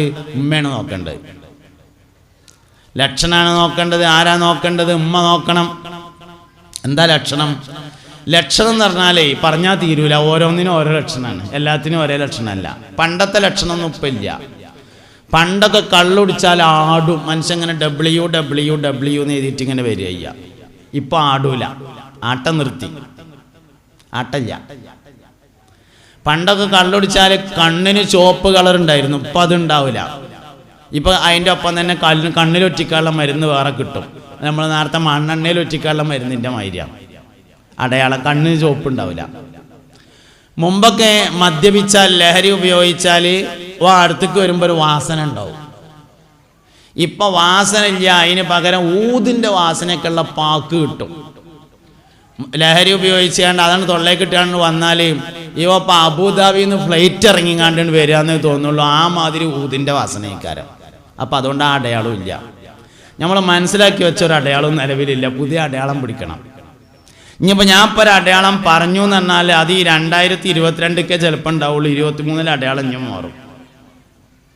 അതുകൊണ്ട് പുതിയ അടയാളങ്ങളെ ശ്രദ്ധിക്കണം. എന്താ അടയാളം എന്ന് അറിയുന്നത്? ഒറ്റ വാക്കിൽ പറയുകയാണെങ്കിൽ നിലവിലുള്ള സ്വഭാവത്തിന് നേരെ ഓപ്പോസിറ്റ് ആയിട്ടുണ്ടെങ്കിൽ ലഹരി ഉപയോഗത്തിൻ്റെ അടയാളമാണ്. നിലവിലുള്ള എന്ത് സ്വഭാവമാണെങ്കിലും അതിൻ്റെ നേരെ ഓപ്പോസിറ്റ്. നല്ലോണം വർത്താനം പറഞ്ഞിരുന്ന കുട്ടിയായിരുന്നു, അപ്പോൾ തീരെ മുണ്ടണനില്ല. അല്ലെങ്കിൽ വല്ലാതൊന്നും മുണ്ടാത്ത ആളായിരുന്നു, ഇപ്പോൾ പഞ്ചായത്ത് റേഡിയോ തുറന്നച്ച മാതിരി കൂട്ടണനല്ല തൊള്ള. ഇതാണ് നിലവിലുള്ള സ്വഭാവത്തിൻ്റെ നേരെ എതിര്. നല്ലതായിട്ട് ഭക്ഷണം കഴിച്ചിരുന്ന ചെറുക്കനായിരുന്നു, ഇപ്പോൾ അവന് തിന്നാൻ വേണ്ട. തീരെ തിന്നാത്തോനായിരുന്നു, ഇപ്പം തീറ്റ തന്നെയാണ് പ്രധാനപ്പെട്ട പണി. ഇമ്മാനോടും വാപ്പാനോടും നല്ല സ്നേഹത്തിൽ പെരുമാറിയ ആളായിരുന്നു, ഇപ്പോൾ വലിയ ദേഷ്യമാണ്. ഉമ്മാനോടും വാപ്പാനോടും നല്ല ദേഷ്യത്തിലാണ് എപ്പോഴും പെരുമാറിയുന്നത്. ഒരു 5-8 ദിവസമായിട്ട് എന്തോ ഒരു നല്ല കുട്ടിയാണെന്നോ ഉമ്മാനൊക്കെയാണ് അണിഞ്ഞൂട്ടി പിടിക്കുക. ബാപ്പാൻ്റെ കാലൊക്കെ കഴുകി കൊടുത്താൽ ഓനാൻ കുടിച്ചും. ആ മാതിരി സ്വഭാവം മാറിയിരിക്കുകയാണെങ്കിൽ പള്ളിക്കന്ന് മൂലയിലെ വയത് കേട്ടതല്ല. അത് അത്ര പെട്ടെന്നാവൂല. അത് ഇലാഹിയത്താണ്. അത് സാവകാശം കിട്ടുള്ളൂ. ഇങ്ങനെ പെട്ടെന്ന് മാറണമെങ്കിൽ ശൈത്താനിയത്തെ ഉണ്ടാവുള്ളൂ. അതുകൊണ്ട് ശൈത്താനിയത്താണ് ലഹരി ഉപയോഗം, നിലവിലുള്ള സ്വഭാവത്തിൻ്റെ നേരെതിര്. അതുണ്ടെങ്കിൽ സൂക്ഷിക്കണം. പിന്നെ ഇനി ഓരോന്നിനും ഓരോ അടയാളങ്ങളാണ്, എല്ലാറ്റിനും ഒന്നല്ല. മൊത്തത്തിൽ ഇങ്ങനെ പറയുമ്പോൾ നമുക്ക് ഇങ്ങനെ വേണമെങ്കിൽ എണ്ണി പറയാം. തടി മെല്ലിച്ചു വരിക അതൊരടയാളമാണ്. തടി ഇങ്ങനെ ശേഷിച്ച് മെല്ലിച്ചു വരിക. ഉറക്കം കുറഞ്ഞു വരിക അതൊരടയാളമാണ്. ഉറക്കം കുറഞ്ഞു വരിക. വാതിൽ കുറ്റിട്ടിരിക്കാൻ ഇഷ്ടപ്പെടുക എന്നതൊരടയാളമാണ്. വാപ്പാക്കുമ്മാക്കും പരിചയമില്ലാത്ത മുതിർന്ന ആളുകളുമായി അമിതമായി കൂട്ടുകെട്ട് നടത്തുന്നത് കണ്ടാൽ അതൊരു അടയാളമാകുന്നു. എല്ലാവർക്കും അറിയുന്നതും നിലവിൽ ഉപകാരമില്ലാത്തതുമായ വസ്തുക്കളുടെ പേര് ആവർത്തിച്ചു പറയുന്നുണ്ടെങ്കിൽ അതൊരടയാളമാണ്. ഉദാഹരണം എല്ലാവർക്കും അറിയുന്ന സാധനമാണല്ലോ ഈ പൊടി എന്ന് പറഞ്ഞാല്. കട്ട, ചാക്ക്, സിമെന്റ്, CD ഇങ്ങനെയൊക്കെയുള്ള സാധനങ്ങൾ എല്ലാവർക്കും അറിയിപ്പോൾ ഈ സാധനം എന്താന്ന്. പക്ഷെ ഓരോ എന്താ സിമെന്റിന്റെ ആവശ്യം എത്ര ആലോചിച്ചിട്ടും പിടുത്തം കിട്ടണില്ല. ഇങ്ങനത്തെ വാക്കുകൾ ഇങ്ങനെ ആരോടെയൊക്കെ പറയണതായിട്ട് ശ്രദ്ധയിൽപ്പെട്ടു. നമുക്ക് അറിയണ നിങ്ങൾക്ക് മനസ്സിലാകണ്ടല്ലോ അല്ലേ? നിങ്ങൾക്ക് മനസ്സിലാവാനുണ്ടാവും എന്ന് വിചാരിക്കുന്നു. മലപ്പുറത്ത് എൻ്റെ നാട്ടിൽ ഇവിടുന്ന് അധികം ദൂരമൊന്നുമില്ല. അതുകൊണ്ട് എൻ്റെ ഭാഷ നിങ്ങൾക്ക് തിരിയുന്നുണ്ടോയെന്നാ ചോദ്യം. ഉണ്ട്, തിരിയുണ്ട്. എന്നും കേൾക്കണതായതുകൊണ്ട് തിരിയുണ്ട്, അല്ലെങ്കിലും തിരിഞ്ഞേ പറ്റുള്ളൂ. അതായത് എല്ലാവർക്കും അറിയണ സാധനമാണ്. അപ്പോൾ ഓൻ ഫോൺ ചെയ്യാണ്, എന്ത് സിമെന്റും ചാക്കേ അവിടെ ഇറക്കി വെച്ചാന്ന് പറഞ്ഞു എന്ന് വിചാരിച്ചോളി. ചെറുക്കൻ ഫോൺ ചെയ്യാണ്. അപ്പോൾ ഓൻ പറയാണ് ഓൻ്റെ ചങ്ങായിനോട്, സിമെന്റും ചാക്കേ നമ്മളെ മയമുട്ടിയുടെ പിന്നെ പെട്ടിപ്പീടിൻ്റെ ബാക്കിൽ ഇറക്കി വെച്ചല്ലോ. സിമെന്റും ചാക്ക് പറഞ്ഞപ്പോൾ നമുക്ക് എല്ലാവർക്കും അറിയില്ലേ. പക്ഷെ ചെറുക്കന് തേപ്പും പടവും നല്ല പണി. സിമെന്റും ചാക്ക് ഇറക്കി വെക്കേണ്ട ഒരു ആവശ്യം നോക്കിയിട്ട് കാണാനുമില്ല. എന്നാൽ സംശയിക്കണം. അല്ലെങ്കിൽ ഇപ്പോൾ പറഞ്ഞു എന്ത് CD നമ്മൾ അബ്ദുറഹ്മാൻ്റെ പീടിയിൽ കൊടുത്തളാന്ന് പറഞ്ഞു. CD എല്ലാവർക്കും അറിയാമല്ലോ, കമ്പ്യൂട്ടറിൽ ഇടണേ. ആ സാധനത്തിന് ഇന്നും ഉപയോഗമില്ല. ഉപയോഗം ഉണ്ടാവും ആർക്ക് എന്നറിയോ? കമ്പ്യൂട്ടറുമായോ അല്ലാതെ ഇടപഴകുന്ന വലിയ സോഫ്റ്റ്വെയറൊക്കെ ചെയ്യുന്ന ആൾക്കാർക്ക് ഒരു കമ്പ്യൂട്ടറിൽ നിന്ന് മറ്റൊരു കമ്പ്യൂട്ടറിലേക്ക് എന്തെങ്കിലും ഡാറ്റകളൊക്കെ ട്രാൻസ്ഫർ ചെയ്യാനൊക്കെയാണ് ഈ സാധനം ആവശ്യം ഉണ്ടാവുള്ളൂ. നോർമലി ഒരാൾക്ക് ആവശ്യമുള്ള ഒരു സാധനമല്ല CD. പണ്ട് അങ്ങനെയല്ല. പണ്ട് അതൊക്കെ CD-യിലായിരുന്നു. ഇപ്പം അത് മൊബൈലിലാണല്ലോ, അതിൻ്റെ ആവശ്യമില്ലല്ലോ. അപ്പോൾ ആ സമയത്ത് ഈ വാക്ക് ഇങ്ങനെ വല്ലാതെ പറയുന്നുണ്ട്. ഇങ്ങനത്തെ എന്തെങ്കിലുമൊക്കെ സാധനം, കല്ല്, കട്ട, സിമെന്റ്, മണല്, ചാക്ക്, കുപ്പായം, ഇങ്ങനെയൊക്കെയുള്ള എല്ലാവർക്കും അറിയും. സാധനം എന്താണെന്നൊക്കെ എല്ലാവർക്കും അറിയും. പക്ഷെ ഉപകാരം എന്താണെന്ന് മനസ്സിലാകണ്ടില്ല. അങ്ങനത്തെ സാധനങ്ങളുടെ പേര് നിരന്തരമായി കുട്ടികൾ ഫോണിലോ അല്ലാതെയോ പറയുന്നതായി ശ്രദ്ധയിൽപ്പെട്ടാൽ അത് പ്രധാനപ്പെട്ട ഒരടയാളമാണ്. 20 രൂപ, 30 രൂപ, 50 രൂപ പോലത്തെ ചെറിയ ചെറിയ കളവുകൾ വീട്ടിൽ നടക്കുന്നുണ്ടെങ്കിൽ അതൊരടയാളമാണ്. 20 റുപ്യ കാണാനില്ലാതായി, 10 റുപ്യ കാണാനില്ലാതായി, 30 റുപ്യ കാണാനില്ലാതായി. 10 രൂപ കാണാനില്ലാതായാലും ഇപ്പോൾ നമ്മൾ ആരെങ്കിലും അനൗൺസ് ചെയ്യുമോ? ഒരു 10 രൂപ നഷ്ടപ്പെട്ടിട്ടുണ്ട്, കണ്ടു കിട്ടുന്നവർ അടുത്ത പോലീസ് സ്റ്റേഷനിൽ ഏൽപ്പിക്കേണ്ടതാകുന്ന അനൗൺസ്മെൻ്റ് ഒന്നും ഉണ്ടാവില്ല. അങ്ങനത്തെ ചെറിയ ചെറിയ സാധനങ്ങൾ കാണാതാവുക, ചെറിയ പൈസ കളവ് പോവുക. വീട്ടിൽ വെച്ചോടുത്ത് കാണാനില്ല, ഞാൻ ഇവിടെ തന്നെ അല്ലേ വെച്ചതെന്ന് ഓർമ്മയില്ല, അങ്ങനത്തെ ഒരു സംശയം തോന്നുക, അതൊരടയാളമാണ്. ജീവിതത്തിൽ ഏറ്റവും ഇഷ്ടപ്പെടുന്ന വസ്തുക്കൾ വിൽപ്പന നടത്താൻ വേണ്ടി ശ്രമിക്കുക. മൊബൈല്, ലാപ്ടോപ്പ്, സൈക്കിള്, ഇങ്ങനെയൊക്കെയുള്ള സാധനം ജീവിതത്തിൽ വളരെ താല്പര്യത്തോടുകൂടെ ഒരാൾ വാങ്ങുകയും സൂക്ഷിക്കുകയും ചെയ്യുന്ന വസ്തുക്കൾ വിൽപ്പന നടത്താൻ വേണ്ടി ഒരാൾ ശ്രമിക്കുന്നുണ്ടെങ്കിൽ അതൊരു അടയാളമാകുന്നു. കിടന്നുറങ്ങുന്ന റൂമിൽ നിന്ന് ചന്ദനത്തിരി കത്തിച്ചതിൻ്റെ വാസന വരുന്നത് പോലെ തോന്നിയാൽ ഒരടയാളമാണ്. മകൻ താമസിക്കുന്ന റൂമിൽ ചെറിയ ബോക്സുകൾ, എന്താ ബോക്സ് എന്നറിയാത്ത ചെറിയ ചെറിയ പെട്ടി കണ്ടാൽ അതൊരു അടയാളമാകുന്നു. പ്ലസ്, ഇൻറ്റു പോലത്തെ അടയാളങ്ങളിട്ട വസ്തുക്കൾ കണ്ടാൽ അതൊരു ലക്ഷണമാകുന്നു. എന്തൊരു സാധനം കണ്ടു, ഒരു ബോർഡ് പോലത്തെ ഒരു സാധനം, എന്തൊരു സാധനം, അല്ലെങ്കിൽ ഒരു പൊട്ടി പോലത്തെ ഒരു സാധനം, അതിന്മേ പ്ലസ് അടയാളമിട്ടിട്ടുണ്ട്, അല്ലെങ്കിൽ ഇൻറ്റു അതായത് എക്സ് പോലെ അടയാളമിട്ടിട്ടുണ്ട്. ഇങ്ങനത്തെ അടയാളങ്ങളൊക്കെ ഉള്ള സാധനങ്ങൾ കണ്ടാൽ അതൊരു ലക്ഷണമാണ്. നമ്മൾ വിചാരിച്ച മാതിരി ലഹരി പദാർത്ഥം എന്ന് പറഞ്ഞാൽ കാണാൻ മാത്രമൊന്നുമില്ല. ഇപ്പോൾ A4 ഷീറ്റിൻ്റെ മോഡലൊക്കെ ഉണ്ട്. നോട്ടീസത്തിൽ വെച്ചാൽ ഒരു കടലാസ് അധികം ഉണ്ട് എന്ന് മാത്രമേ തോന്നുള്ളൂ. അതിന്മേൽ ഒരു കഷ്ണം കീറിങ്ങാണ്ട് തൊള്ളേക്ക് ഇടുക, ഇതൊക്കെയാണ് പരിപാടി. അതുകൊണ്ട് നമ്മൾ വിചാരിക്കും പോലെയല്ല. അതുകൊണ്ട് നല്ലോണം സൂക്ഷിക്കണം. രാവിലെ റൂം അടിച്ചു വാരുന്ന സമയത്ത് പേപ്പർ കത്തിച്ചതിൻ്റെ അടയാളങ്ങൾ കാണുന്നുണ്ടെങ്കിൽ ലഹരി ഉപയോഗിക്കുന്നു എന്നതിൻ്റെ ലക്ഷണമാകുന്നു. ഒഴിഞ്ഞിങ്ങനെ ഇരുന്നിട്ട് ദൂരേക്ക് നോക്കി അന്തം വിട്ടിരിക്കുന്നത് കണ്ടാൽ ലഹരി ഉപയോഗത്തിൻ്റെ അടയാളമാണ്. അടുത്ത കുടുംബക്കാരോട് വലിയ തോതിൽ ദേഷ്യപ്പെടുന്നത് കണ്ടാൽ ലഹരിയുടെ അടയാളമാണ്. അകന്ന കുടുംബത്തോട് അമിതമായ താല്പര്യം കാണിക്കുന്നത് കണ്ടാൽ ലഹരിയുടെ ഉപയോഗമാണ്. ഇളയമാൻ്റെ മകളെ കെട്ടിച്ചു കൊടുത്ത് ഇടക്കിടക്ക് പോകുന്നെ. അകന്ന കുടുംബത്തോട് അമിതമായ താല്പര്യം കാണിക്കുന്നത് കണ്ടാൽ ലഹരിയുടെ ഉപയോഗത്തിൻ്റെ ലക്ഷണമാണ്.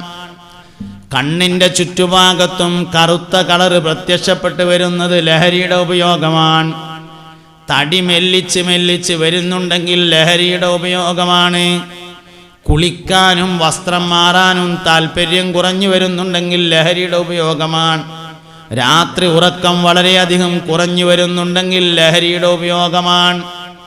സാധാരണയിൽ നിന്ന് വ്യത്യസ്തമായി ശരീരത്തിന് കൂടുതൽ ശക്തി കാണിക്കുന്നുണ്ടെങ്കിൽ അത് ലഹരിയുടെ ഉപയോഗത്തിൻ്റെ ലക്ഷണമാകുന്നു. അങ്ങനെ നീണ്ടുപോകും ലക്ഷണങ്ങൾ. എന്താ കാട്ടുക? 3 ലക്ഷണങ്ങൾ ഞാനിപ്പോൾ ഈ പറഞ്ഞ് നിങ്ങൾ കേട്ടതിൽ നിന്ന് 3 ലക്ഷണങ്ങൾ ഉണ്ട് എന്ന് തോന്നിയാൽ ഇതിലൊരു ഒന്നാണെങ്കിൽ വിട്ടാളി, 1 ലക്ഷണമൊക്കെ ആണെങ്കിൽ വിട്ടാളി. കണ്ണിന് ചെറിയൊരു ചോപ്പ് കാണാണ്ട് എന്ന് പറയാൻ നിൽക്കണ്ട. അതേസമയത്ത് 3 അടയാളമുണ്ടെങ്കിൽ കൂടുതൽ ശ്രദ്ധിക്കുക. കൂടുതൽ ശ്രദ്ധിച്ചിട്ട് ലഹരിയുടെ ഉപയോഗമുണ്ടെന്ന് മനസ്സിലായാൽ എന്താ വേണ്ടത്? മറച്ചു വെക്കല്ല വേണ്ടത് കേട്ടോ. പെട്ടതിനെയാണ്. പിന്നെ നമ്മൾ ഒളിച്ചു വെച്ചിട്ട് കാര്യമൊന്നുമില്ല. അത് വലുതാകുകയും ചെയ്യുള്ളൂ. അത് വലുതായിട്ട് പിന്നെ എല്ലാവരും അറിയണ കോലത്തിലേക്കാണ് പുറത്തിയാടുക. അതിൻ്റെ മുമ്പ് എന്ത് ചെയ്യണം എന്നറിയങ്ങൾ? ശാസ്ത്രീയമായ ചികിത്സ കൊടുക്കണം. എന്താ ശാസ്ത്രീയമായ ചികിത്സ എന്ന് പറഞ്ഞാൽ? ഡോക്ടറെ കാണിക്കണം. ആരാണ് ലഹരിക്കടിമപ്പെട്ട ആളെ ചികിത്സിക്കുന്ന ഡോക്ടർ? എന്താണ് അവിടേക്ക് പറയുന്ന പേര്? ഡി അഡിക്ഷൻ സെന്റർ എന്നാണ്. മദ്യം മയക്കുമരുന്നിന് അടിമപ്പെട്ടവരെ ചികിത്സിക്കുന്ന സ്ഥലത്തിന് പറയുന്ന പേര് ഡി അഡിക്ഷൻ സെന്റർ എന്നാണ്. SKSFന്റെ ഡി അഡിക്ഷൻ സെന്റർ കുറ്റിപ്പുറത്തുണ്ട്. വെൽനസ് എന്നാണ് അതിൻ്റെ പേര്. യൂട്യൂബിൽ ഗൂഗിളിൽ സെർച്ച് ചെയ്താൽ കിട്ടും. വെൽനസ് എന്ന് സെർച്ച് ചെയ്താൽ കിട്ടും. SKSFന്റെ ഡി അഡിക്ഷൻ സെന്റർ കുറ്റിപ്പുറത്ത് പാലത്തിൻ്റെ അടുത്തുണ്ട്. അല്ലെങ്കിൽ നമ്മളെ നാടിൻ്റെ അടുത്തൊക്കെ ഉണ്ടാവും. മൊബൈൽ എടുത്തിട്ട് അതിൽ ഗൂഗിൾ ഓൺ ആക്കിയിട്ട് അതിൽ de addiction centre near me എന്ന് ടൈപ്പ് ചെയ്തിട്ട് സെർച്ച് ബട്ടൺ കൊടുത്താൽ നമ്മളെ തൊട്ടടുത്തുള്ള ഡി അഡിക്ഷൻ സെന്ററിൻ്റെ പേരും ഫോൺ നമ്പറും അങ്ങോട്ട് എത്തിച്ചേരാനുള്ള ലൊക്കേഷൻ മാപ്പും കാണും. ഒരു മടിയില്ലാതെ മോനെ വിളിച്ചിട്ട് കൊണ്ടുപോവുക. കൗൺസിലിംഗ് കൊണ്ട് മാത്രം മതിയെങ്കിൽ മരുന്ന് കൊടുക്കാതെ കൗൺസിലിംഗ് കൊണ്ട് മാത്രം മാറ്റുക. കൗൺസിലിംഗ് കൊണ്ട് മാത്രം മതിയാകുന്ന രൂപത്തിലല്ല എങ്കിൽ മരുന്നും ഒപ്പം കൗൺസിലിങ്ങും കൊടുത്ത് മാറ്റിയെടുത്തതിന് ശേഷം എവിടെ നിന്നാണോ ഈ മുസീബത്ത് കൂടിയിട്ടുള്ളത് ആ സ്ഥലത്തേക്ക് പിന്നെ പറഞ്ഞേക്കാതിരിക്കണം. മനസ്സിലായില്ലല്ലോ? ഇല്ല, അന്തം വിട്ടിരിക്കുകയാണ്. മനസ്സിലായിട്ടില്ല? മനസ്സിലായി. ശൈത്താനിയായ പ്രവർത്തനമാണെന്ന് ഞാൻ പറഞ്ഞു. അതുകൊണ്ട് തന്നെ അതാ തുടങ്ങിയോടത്തേക്ക് പിന്നെയും വിട്ടാൽ രണ്ടാമട്ടം തുടങ്ങും.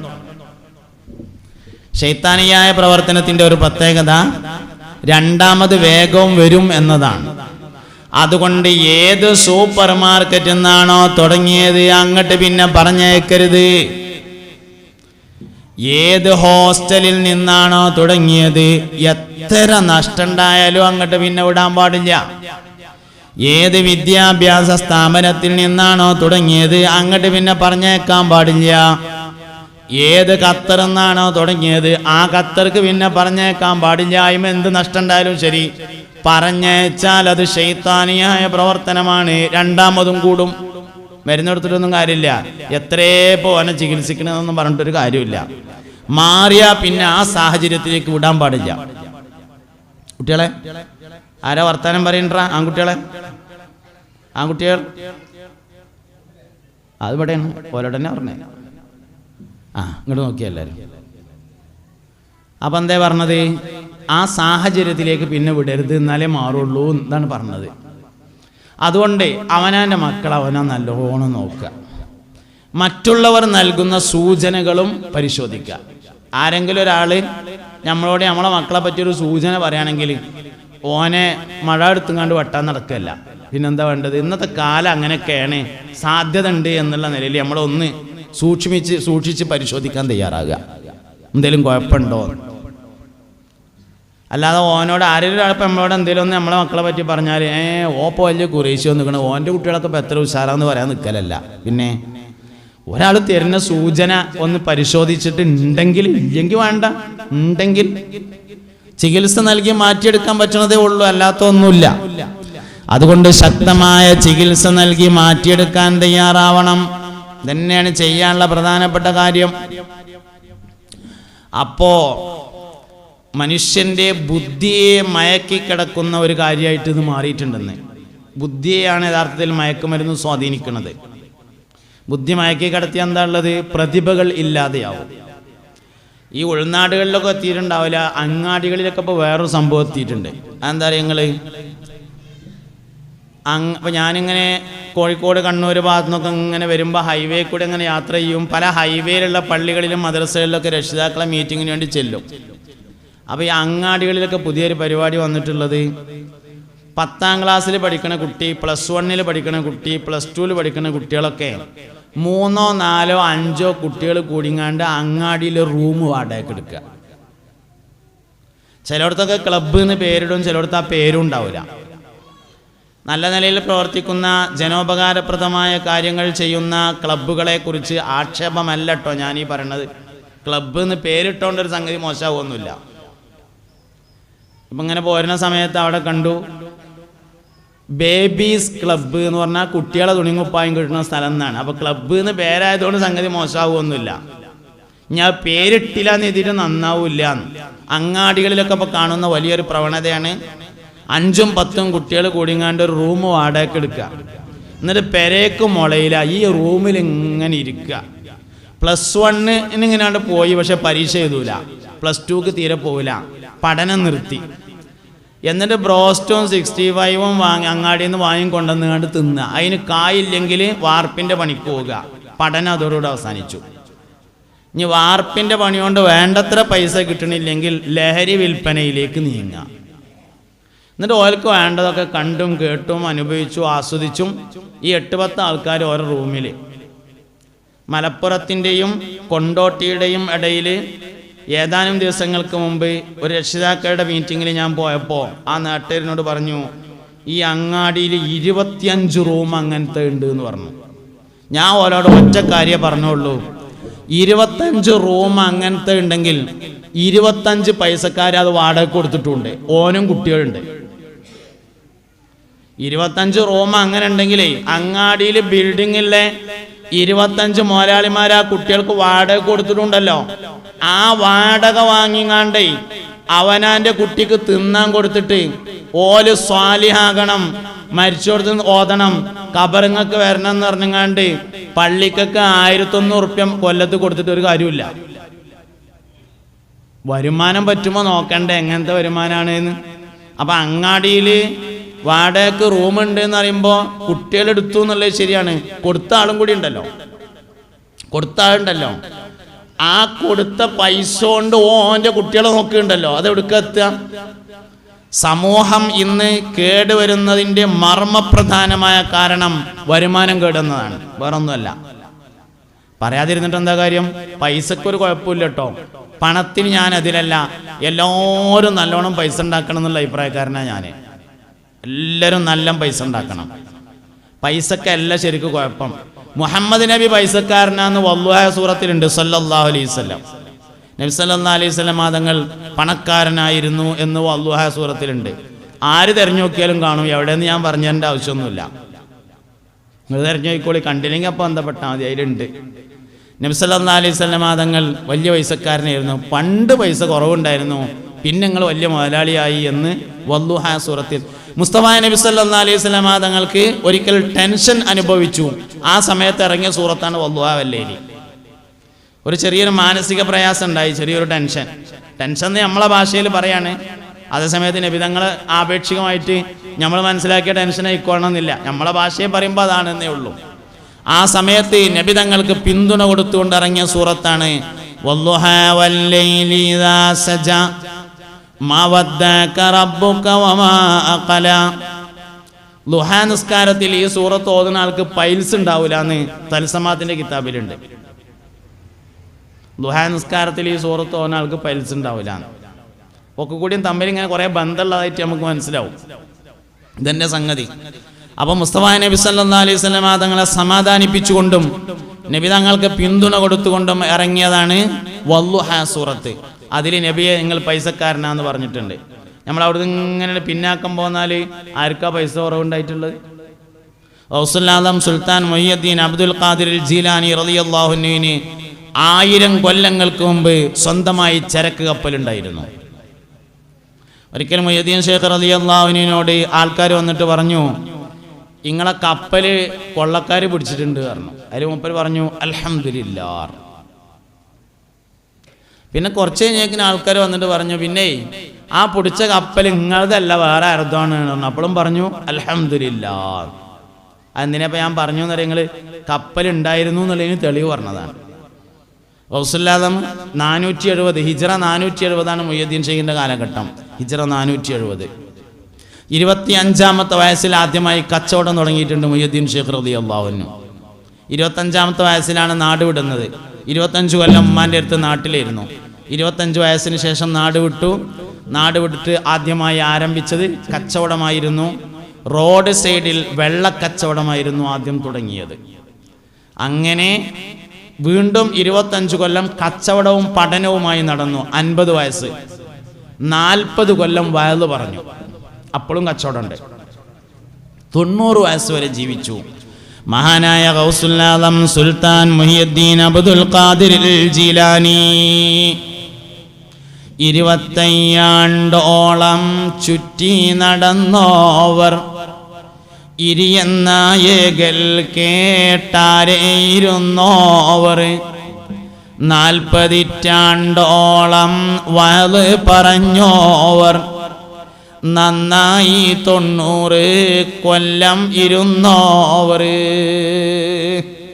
90 കൊല്ലം ജീവിച്ചു. 25-ാമത്തെ വയസ്സിൽ കച്ചവടം തുടങ്ങി. നല്ല പൈസക്കാരനായിരുന്നു. പൈസക്കല്ല കുഴപ്പം, പൈസ കൈകാര്യം ചെയ്യുന്ന മനസ്സിനാകുന്നു പ്രശ്നം. പൈസക്ക് എന്താ കുഴപ്പം? ഒരു കുഴപ്പമില്ല. പൈസ കൈകാര്യം ചെയ്യണ മനസ്സ് കേടന്നാൽ പൈസ ഉണ്ടായാലും ഇല്ലെങ്കിലും ഒരേ മാതിരിയാണ്. അതുകൊണ്ട് എല്ലാവരും നല്ലോണം അധ്വാനിച്ച് പൈസ ഉണ്ടാക്കണം എന്നാണ് എൻ്റെ അഭിപ്രായം. പൈസ ഉണ്ടാവണ്ട എന്ന അഭിപ്രായം എനിക്കില്ല. ഉണ്ടാക്കണം, പക്ഷെ എന്താ വെച്ചാൽ സൂക്ഷ്മത പാലിക്കണം. സമ്പത്ത് കേടുവന്നതാണ് ഇന്ന് നമ്മൾ കാണുന്ന എല്ലാ പ്രശ്നത്തിൻ്റെയും കാരണം.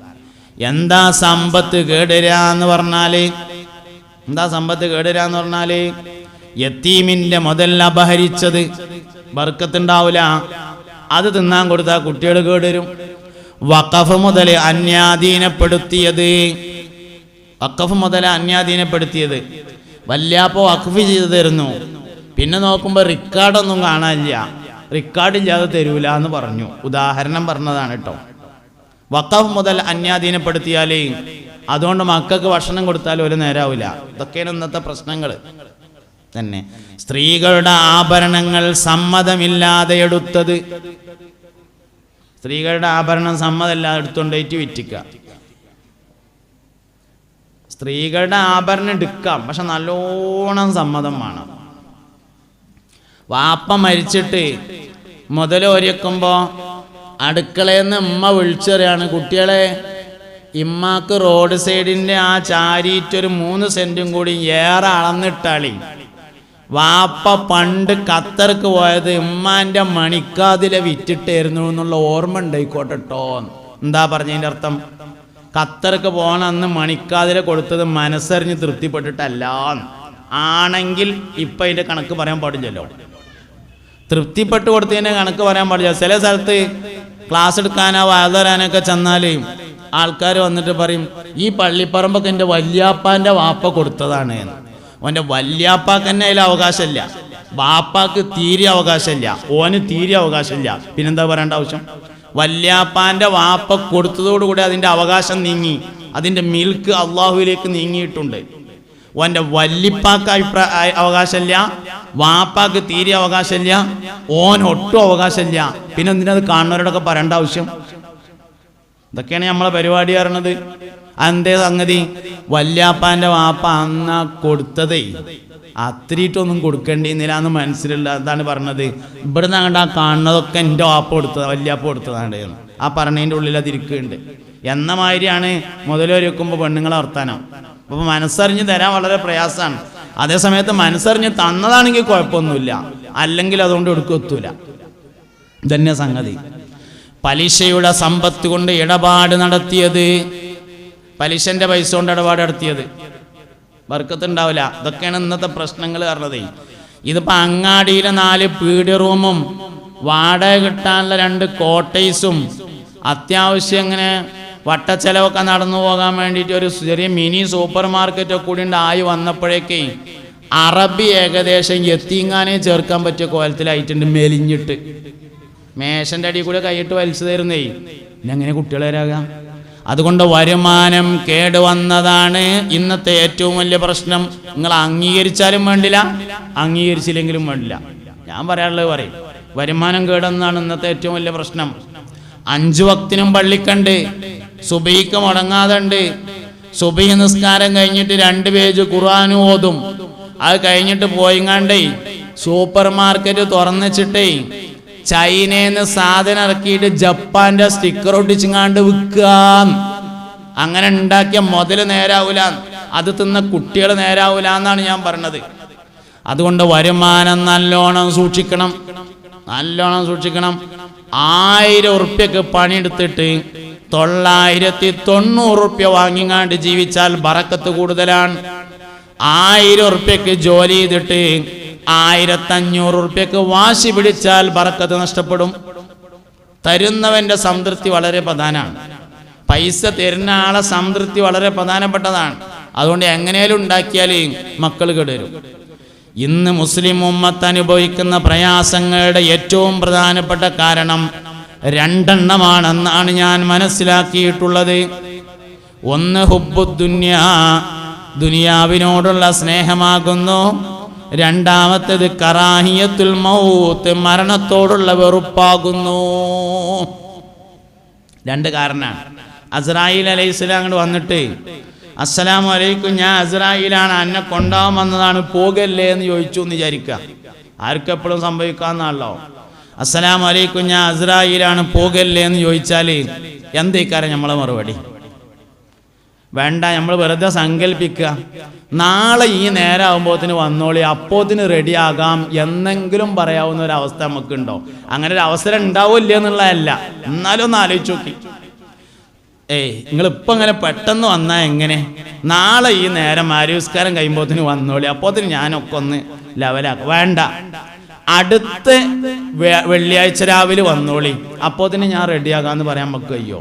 വേണ്ട, അടുത്ത മാസം ഈ ഡേറ്റിന് വന്നോളി, അപ്പോത്തിന് ഞാൻ ഒക്കെ ഒരു ലെവലിലെത്തിക്കാം എന്ന് പറയാൻ കഴിയോ? അതും വേണ്ട, അടുത്ത കൊല്ലം ഈ തീയതിക്ക് വന്നോളി എന്ന് പറയാനെങ്കിലും തയ്യാറുണ്ടോ? ഇല്ല. അള്ളാഹുവിൻ്റെ ആൾ ആരാണ് എന്നതിന് സൂറത്തുൽ ജുമയിൽ ഒരു അടയാളം പറയുന്നുണ്ട്. ആളുകൾ പറയും ഞാൻ അള്ളാഹിൻ്റെ ആളാണ്, പടച്ചോൻ്റെ ആളാണ്, പടച്ചോൻ എന്നോടും നല്ല ഇഷ്ടമാണ്, എനിക്ക് പടച്ചോനൊന്നോടും നല്ല ഇഷ്ടമാണ് എന്നൊക്കെ പറയും ചില ആൾക്കാർ. അള്ളാഹുവിൻ്റെ ആളുകളെ തിരിച്ചറിയാൻ ഒരടയാളമുണ്ട്. പരിശുദ്ധ ഖുർആൻ സൂറത്തുൽ ജുമയിൽ പറഞ്ഞിട്ടുണ്ട്. ആ അടയാളം നബിയെ നിങ്ങൾ അവരോട് പറയുക, ഫതമന്നഉൽ മൗത ഇൻ കുന്തും സാദിഖീൻ. അള്ളാഹുവിൻ്റെ ആളുകളാണ്, റബ്ബാനിയാക്കളാണ്, റബ്ബിൻ്റെ ആളുകളാണ് എന്ന് പറയുന്ന ആളുകളോട് നബിയെ നിങ്ങളൊന്ന് പറയൂ, ഫതമന്നഉൽ മൗത, എന്നാ അങ്ങനെയാണെങ്കിൽ നിങ്ങളൊന്ന് മരിക്കാൻ തയ്യാറായി കാണി എന്ന് പറഞ്ഞു നോക്കിയാൽ അറിയാം എന്താണ് അവരുടെ അവസ്ഥ എന്ന്. അതുകൊണ്ട് രണ്ട് കാര്യങ്ങളാണ്. ഒന്ന് ഹുബ്ബുദ്ദുനിയ, ദുനിയാവിനോടുള്ള അമിതമായ പ്രേമം. ദുനിയാവ്, ഇത് പറഞ്ഞതിന് ദുനിയാവ് വേണ്ടാന്ന് ഒരിക്കലും അർത്ഥമില്ല കേട്ടോ. അതുക്കേല് ബഹുമാനപ്പെട്ട സൈനുദ്ദീൻ മഖ്ദൂം റളിയല്ലാഹു അൻഹു ആ കാര്യം പറഞ്ഞിട്ടുണ്ട്. സുഹദ് എന്ന് പറഞ്ഞാൽ മുതൽ ഇല്ലാതിരിക്കലല്ല, മുതലുമായി ഖൽബിന്റെ ബന്ധം ഇല്ലാതിരിക്കലാകുന്നു എന്ന്. സത്യത്തിൽ സമ്പത്തിനേക്കാൾ നമ്മൾ ഭയപ്പെടേണ്ടത് ഫഖറാണ്. നിങ്ങൾ എന്നെ കേൾക്കുന്നുണ്ടെന്ന് ഞാൻ വിചാരിക്കുന്നു, നിങ്ങൾ എന്നെ കേൾക്കുന്നുണ്ടെന്ന് ഞാൻ വിചാരിക്കുകയാണ്. ഒരു ഹർക്കത്തുമില്ല, നിങ്ങൾ എന്നെ കേൾക്കുന്നുണ്ടെന്ന് ഞാൻ വിചാരിക്കുന്നു. ഉണ്ട്. എന്നാ എല്ലാവരും എൻ്റെ ഒപ്പം ഒരു യാനബി ചൊല്ലിട്ടോ. യാനബി സലാം അലൈക്കും, യാ റസൂൽ സലാം അലൈക്കും, യാ ഹബീബ് സലാം അലൈക്കും, സലവാത്തുല്ലാഹ് അലൈക്കും, അശ്റഖൽ ബദ്റു അലൈനാ ഫഖ്തഫത് മിൻഹുൽ ബുദൂറു മിസ്ല ഹുസ്നിക മാ റഅയ്നാ ഖത്തു യാ വജ്ഹ സുറൂരി, യാ നബി സലാം അലൈക്കും, യാ റസൂൽ സലാം അലൈക്കും, യാ ഹബീബ് സലാം അലൈക്കും, സലവാത്തുല്ലാഹ് അലൈക്കും. മുഅ്മിനീങ്ങളെ, അതുകൊണ്ട് ഇന്നത്തെ ഉമ്മത്തിൻ്റെ ഏറ്റവും വലിയൊരു പ്രശ്നമായിട്ട് വന്നിട്ടുള്ളത് വരുമാനം കേടുവന്നതാണ്, സമ്പത്ത് കേടുവന്നതാണ്. മഖ്ദൂം റളിയല്ലാഹു അൻഹു സുഹദ് എന്നാൽ എന്താണെന്ന് പറയുമ്പോൾ അതുക്കിയൽ പറഞ്ഞിട്ടുണ്ട്, സുഹദ് എന്നാൽ പണം ഇല്ലാതിരിക്കലല്ല, പണവുമായി ഖൽബിൻ്റെ ബന്ധമില്ലാതിരിക്കുന്നതിനാണ് സുഹദ് എന്ന് പറയണത്. ആ പറഞ്ഞപ്പോൾ ഞാനൊരു കാര്യം പറഞ്ഞു, പണത്തേക്കാൾ ബുദ്ധിമുട്ടുള്ളതാണ് ഫഖർ, ദാരിദ്ര്യം. ഫഖർ രണ്ടർത്ഥത്തിലുണ്ട്, ദാരിദ്ര്യം എന്ന അർത്ഥത്തിലുണ്ട്. വേറൊരു ഫഖർ ഉണ്ട്, സൂഫി ഇസ്തിലാഹിൽ വരുന്നൊരു ഫഖർ ഉണ്ട്. അതിൻ്റെ അർത്ഥം പൈസ ഇല്ലാത്തതെന്നല്ല. ഇപ്പോൾ ബഹുമാനപ്പെട്ട വീരാനവലിയ പാപ്പാനെ എന്ത് പറയും? അജ്മീർ ഫഖീർ എന്ന് പറഞ്ഞാൽ പൈസ ഇല്ലാത്ത വീരാനവലിയ പാപ്പ എന്നല്ല അതിൻ്റെ അർത്ഥം. അങ്ങനെ നമുക്ക് തോന്നും. അതൊരു സൂഫി ഇസ്തിലാഹാണ്. അവിടെ ഫഖർ എന്ന് പറയുന്നത് അള്ളാഹു അല്ലാത്ത എല്ലാത്തിനെ തൊട്ടും ആശ മുറിഞ്ഞിട്ടുള്ള ദാരിദ്ര്യമാണ്. അതാണ് അവിടുത്തെ സൂഫി ഇസ്തിലാഹാണ് ആ ഫഖർ. തസൗഫിൻ്റെ അഹലുകാർക്ക് പറയപ്പെടുന്ന ഒരു പേരാണ് ഫക്കീർ എന്നത്. അതും ഈ പറഞ്ഞ ഫക്കീറും ഒന്നല്ല. ഫഖർ എന്ന് പറയുന്നത് കുഫ്രിയത്തിലേക്ക് വരെ പോകുമെന്നാണ്. കാദൽ ഫഖ്റു അൻ യകൂന കുഫ്റ ഹബീബുന റസൂലുള്ളാഹി സ്വല്ലല്ലാഹു അലൈഹി വസല്ലം. കാദൽ ഫഖ്റു അൻ യകൂന കുഫ്റ എന്നാണ്. ദാരിദ്ര്യം എന്ന് പറയുന്നത് കാഫിറാക്കാൻ പോന്നതാണ്. ദാരിദ്ര്യം ഒരു മനുഷ്യന്റെ അഭിമാനം കളയുമെന്നാണ്. ദാരിദ്ര്യം മനുഷ്യന്റെ അഭിമാനം കളയും. 25,000 പള്ളിക്ക വന്നിട്ട് ഒരു പൈസക്കാരൻ സക്കാത്ത് ഇങ്ങനെ കൊടുക്കുകയാണ്. അപ്പോൾ ഫക്കീർ എന്ത് ചോദിച്ചാൽ ഓൻ്റെ മുമ്പിൽ ചെന്നിട്ട് ഇങ്ങനെ തല ചൊറി. അതേ സമയത്ത് മിസ്കീൻ എന്ന് പറഞ്ഞൊരു വിഭാഗമുണ്ട്. ഫക്കീറിൻ്റെ മേലുള്ളതാണ് മിസ്കീൻ. മിസ്കീൻ എന്ന് പറഞ്ഞ ആള് ബെൽറ്റിൻ്റെ ഓട്ട ഇപ്പുറത്തേക്ക് കുത്തിയിട്ട് ഒപ്പിക്കും, എന്നാലും ഒരാളോട് ചോദിക്കൂല. അയാൾക്കാണ് എന്ത് പേര്? മിസ്കീൻ. മിസ്കീൻ അഭിമാനിയായിരിക്കും, ഫക്കീർ അഭിമാനമില്ലാത്തവനായിരിക്കും. ഫക്കീർ വന്നുകൊണ്ട് ഇങ്ങനെ പറയുന്നത്, കഴിഞ്ഞ കൊല്ലത്തെ റമദാനിൽ ഇപ്പം നമുക്ക് 25,000 കാണാൻ പറ്റിയില്ല, കൊറോണയൊക്കെ ആയതുകൊണ്ട് വരാൻ പറ്റിയിട്ടില്ല, അതുകൊണ്ട് ഞാൻ ഇക്കൊല്ലത്തെ 25,000 നേരത്തെ പോകുന്നതാണ്, നിങ്ങൾ അതും കൂടിയും കൂട്ടി തന്നാളി അറിയും. ആര്? ഫക്കീർ. അതേസമയത്ത് മിസ്കീൻ എന്താ കട്ടുക? നിങ്ങൾ എന്തേലും കൊടുക്കാൻ വേണ്ടി ഒരുങ്ങുന്നുണ്ട് എന്ന് തോന്നിയാൽ അപ്പുറത്തെ വായിൽ കൂടെ ഇറങ്ങും. ഓനാ കൊടുക്കേണ്ടത്, ഓനാണ് കൊടുക്കേണ്ടത്. അതാണ് മിസ്കീൻ. അതുകൊണ്ട് ഫക്കീർ ഭയപ്പെടേണ്ടതാണ്. ഫക്കീർ കാഫിറാകും, ഓന് അഭിമാനം ഒന്നും ഉണ്ടാവില്ല, ഒരു അഭിമാനം ഉണ്ടാവില്ല. ഫക്കീർ ഭയപ്പെടേണ്ടതാണ്. ഫക്കീറായി തുടരുന്നതിൻ്റെ പിന്നിൽ ഒരു കാരണമുണ്ട് എന്നാണ്. അവൻ ഫക്കറിനെ ഇഷ്ടപ്പെടുന്നു എന്ന കാരണമുണ്ട് എന്നാണ്. നിങ്ങൾക്ക് ഇന്നെ മനസ്സിലാകാനുണ്ടാവും എന്ന് ഞാൻ വിചാരിക്കുകയാണ്. അതായത് 25,000 ഇങ്ങനെ നടന്നുങ്ങാണ്ട് കുറേ സക്കാത്തൊക്കെ കിട്ടി, കുറേ ആൾക്കാരൊക്കെ ഇങ്ങനെ കൊടുത്തു, കുറച്ച് കായൊക്കെ ഇങ്ങനെ കിട്ടിയിട്ടുണ്ട്. അപ്പം ഇങ്ങനെ കക്കൂസ് പോയിരുന്നുങ്ങാണ്ട് ഇങ്ങനെ എണ്ണി നോക്കി ഇത്ര ഉണ്ട് എന്ന്. വലിയൊരു മോശമല്ല, എന്നാലും കരുദ്യമായിരൊന്നും ആയിട്ടില്ല. അപ്പോൾ കീശയൊക്കെ വെച്ചിങ്ങാണ്ട് മൂപ്പര അവിടെ നിന്ന് ഇറങ്ങിങ്ങാണ്ട് ദോരക്കാണ്, പഠിച്ചോനെ ഈ കൊല്ലത്തെ 25,000 ഏതായാലും കൊറോണ നക്കിയല്ല അല്ലാ, അടുത്ത കൊല്ലത്തെ 25,000 കുറച്ച് തോന സക്കാത്ത് തരണേ അല്ലാ. എന്താ അതിൻ്റെ അർത്ഥം? അടുത്ത കൊല്ലത്തെ 25,000 ഇന്നെ തെണ്ടിയാക്കണേ എന്നല്ല പറഞ്ഞതിൻ്റെ അർത്ഥം. എന്താ ഓനെ നേരെ തിരിച്ചണ്ട് വരുന്നൂടെ? ഓന് സക്കാത്ത് തോന കൊടുക്കാൻ നിൽക്കണ്ടല്ലോ, അള്ളാഹ്ക്ക് ഓന ആദ്യം തന്നെ നേരം കൊടുത്തൂടെ? സക്കാത്തായിട്ട് കൊടുക്കേണ്ട ഒരു കാര്യമൊന്നുമില്ലല്ലോ, ഓനെ തിരിച്ചു തരുന്നാൽ മതിയല്ലോ. പഠിച്ചോനെ അടുത്ത കൊല്ലത്തെ 25,000 എല്ലാവർക്കും കുറച്ച് സക്കാത്താണ് കൊടുക്കാനുള്ള ഒരു അവസരം എനിക്ക് തരണേ എന്ന് പറഞ്ഞ അള്ള ചോദിച്ചു, ആടാ ഇത് അതൊക്കെ ചോദിച്ചാൽ മാത്രം ആയോ? അത് ശരി, കയറി മുറത്ത് കയറി കൊത്തിലൊടുങ്ങിയില്ലേ എന്നൊക്കെ അള്ള പറയോ? പറയില്ല. അങ്ങനെ ഒരു മനുഷ്യൻ ചോദിച്ചാൽ അള്ളാഹ്ക്ക് ഓനോട് നല്ല ഇഷ്ടമാണെന്ന് മാത്രമല്ല, ഓൻ അടുത്തല്ല അങ്ങനെ ആക്കി കൊടുക്കും. അപ്പം എന്താ ഞാൻ പറഞ്ഞുകൊണ്ടിരിക്കുന്നത്? ഫക്കീറായി തുടരുന്നതിൻ്റെ പിന്നിൽ ദാരിദ്ര്യത്തെ അവൻ ഇഷ്ടപ്പെടുന്നു എന്ന ഒരു കാരണം കിടക്കുന്നുണ്ട്. ദാരിദ്ര്യത്തെ ആരും ഇഷ്ടപ്പെടാൻ പാടില്ല. അതുകൊണ്ട് നല്ലോണം അധ്വാനിക്കണം. അപ്പോൾ ചില ആൾക്കാർ ഇങ്ങനെ പറയും, ഇപ്പോൾ പിന്നെ ഞാൻ പണിക്കൊന്നും പോണില്ല, ചെറുക്കന്മാരിപ്പോൾ 2 എണ്ണം അപ്പുറത്തുണ്ട്, ഒരാൾ ഇപ്പുറത്തുണ്ട്, പിന്നെ ഇപ്പോൾ ഞാൻ ഇപ്പോൾ പിന്നെ ഒന്നും പോണില്ല അറിയും. എൻ്റെ അഭിപ്രായം എങ്ങനെ വെച്ചാൽ, ജോലി ഉള്ളിടത്തോളം കാലം ജോലി ചെയ്യണം, ആരോഗ്യമുള്ളിടത്തോളം കാലം ജോലി ചെയ്യണം. ജോലി ഉള്ളിടത്തോളം കാലം, ആരോഗ്യമുള്ളിടത്തോളം കാലം ജോലി ചെയ്യണം. ആരാ എൻ്റെതിനെ ആശ്രയിക്കരുത്, അത് അവനാൻ്റെ മക്കളാണെങ്കിലും ശരി. വേറെ വയ്യൊന്നും ഇല്ലെങ്കിൽ ആയിക്കോട്ടെ, കുഴപ്പമൊന്നുമില്ല. അതെന്തുകൊണ്ട് നമ്മൾ അങ്ങനെ ചിന്തിക്കണവർ? അങ്ങനെ നമ്മൾ ചിന്തിക്കുന്നതിനൊരു കാരണമുണ്ട്. അങ്ങനെ ചിന്തിക്കുന്നതിൻ്റെ കാരണം വരുമാനത്തിൻ്റെ യഥാർത്ഥ ഉപയോഗം എന്താണെന്ന് അറിയാതെ പോയതാണ്. നമ്മൾ വിചാരം മുതൽ എന്ന് പറഞ്ഞാൽ ആശുപത്രി കൊടുക്കാൻ, അതേമാതിരി ചോറ് കഴിക്കാൻ, അതേമാതിരി കോഴി വാങ്ങാൻ ഒക്കെ ഉള്ളതാണ് പൈസ എന്ന് അങ്ങനെ വിചാരിച്ചിട്ടാണ് ഈ പ്രശ്നം പറ്റിയത്. ഭക്ഷണത്തിന് ശരിക്കും പൈസ വേണ്ട. ഭക്ഷണത്തിന് പൈസ ഉണ്ടല്ലോ.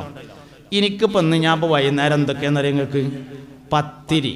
അള്ളാഹു ഭക്ഷണം നൽകിയവർക്ക് സ്വർഗീയ ഭക്ഷണം കൊടുക്കട്ടെ. പിസ്കണ്ട ആമീൻ പറഞ്ഞോളി. അള്ളാഹു ഭക്ഷണം തന്നവർക്ക് സ്വർഗീയ ഭക്ഷണം കൊടുക്കട്ടെ. എനിക്കിന്നിപ്പോൾ വൈകുന്നേരത്തെ എന്തൊക്കെയാണ് ഭക്ഷണം എന്നറിയങ്ങൾ? ചപ്പാത്തി, പത്തിരി, വെള്ളമിറക്കിക്കോളി, ദോശ, കോഴി, ആട്, പച്ചക്കറി, ഫ്രൂട്ട്സ്, ചെന്നേക്കിന് മുന്തിരി ജ്യൂസ്. ഒറ്റ പൈസൻ്റെയും ചിലവില്ല. തിന്നാൻ പൈസ വേണ്ട. അത് നമുക്ക് വെറുതെ അബദ്ധം പറ്റിയതാണ്. ഭക്ഷണത്തിന് പൈസ ഉണ്ടല്ലോ, തൗഫീഖ് ഉണ്ടാവുകയാണ് പ്രധാനം. തൗഫീഖ് ഉണ്ടെങ്കിൽ സമയാസമയം സാധനം ഇങ്ങനെ വന്നുകൊണ്ടിരിക്കും.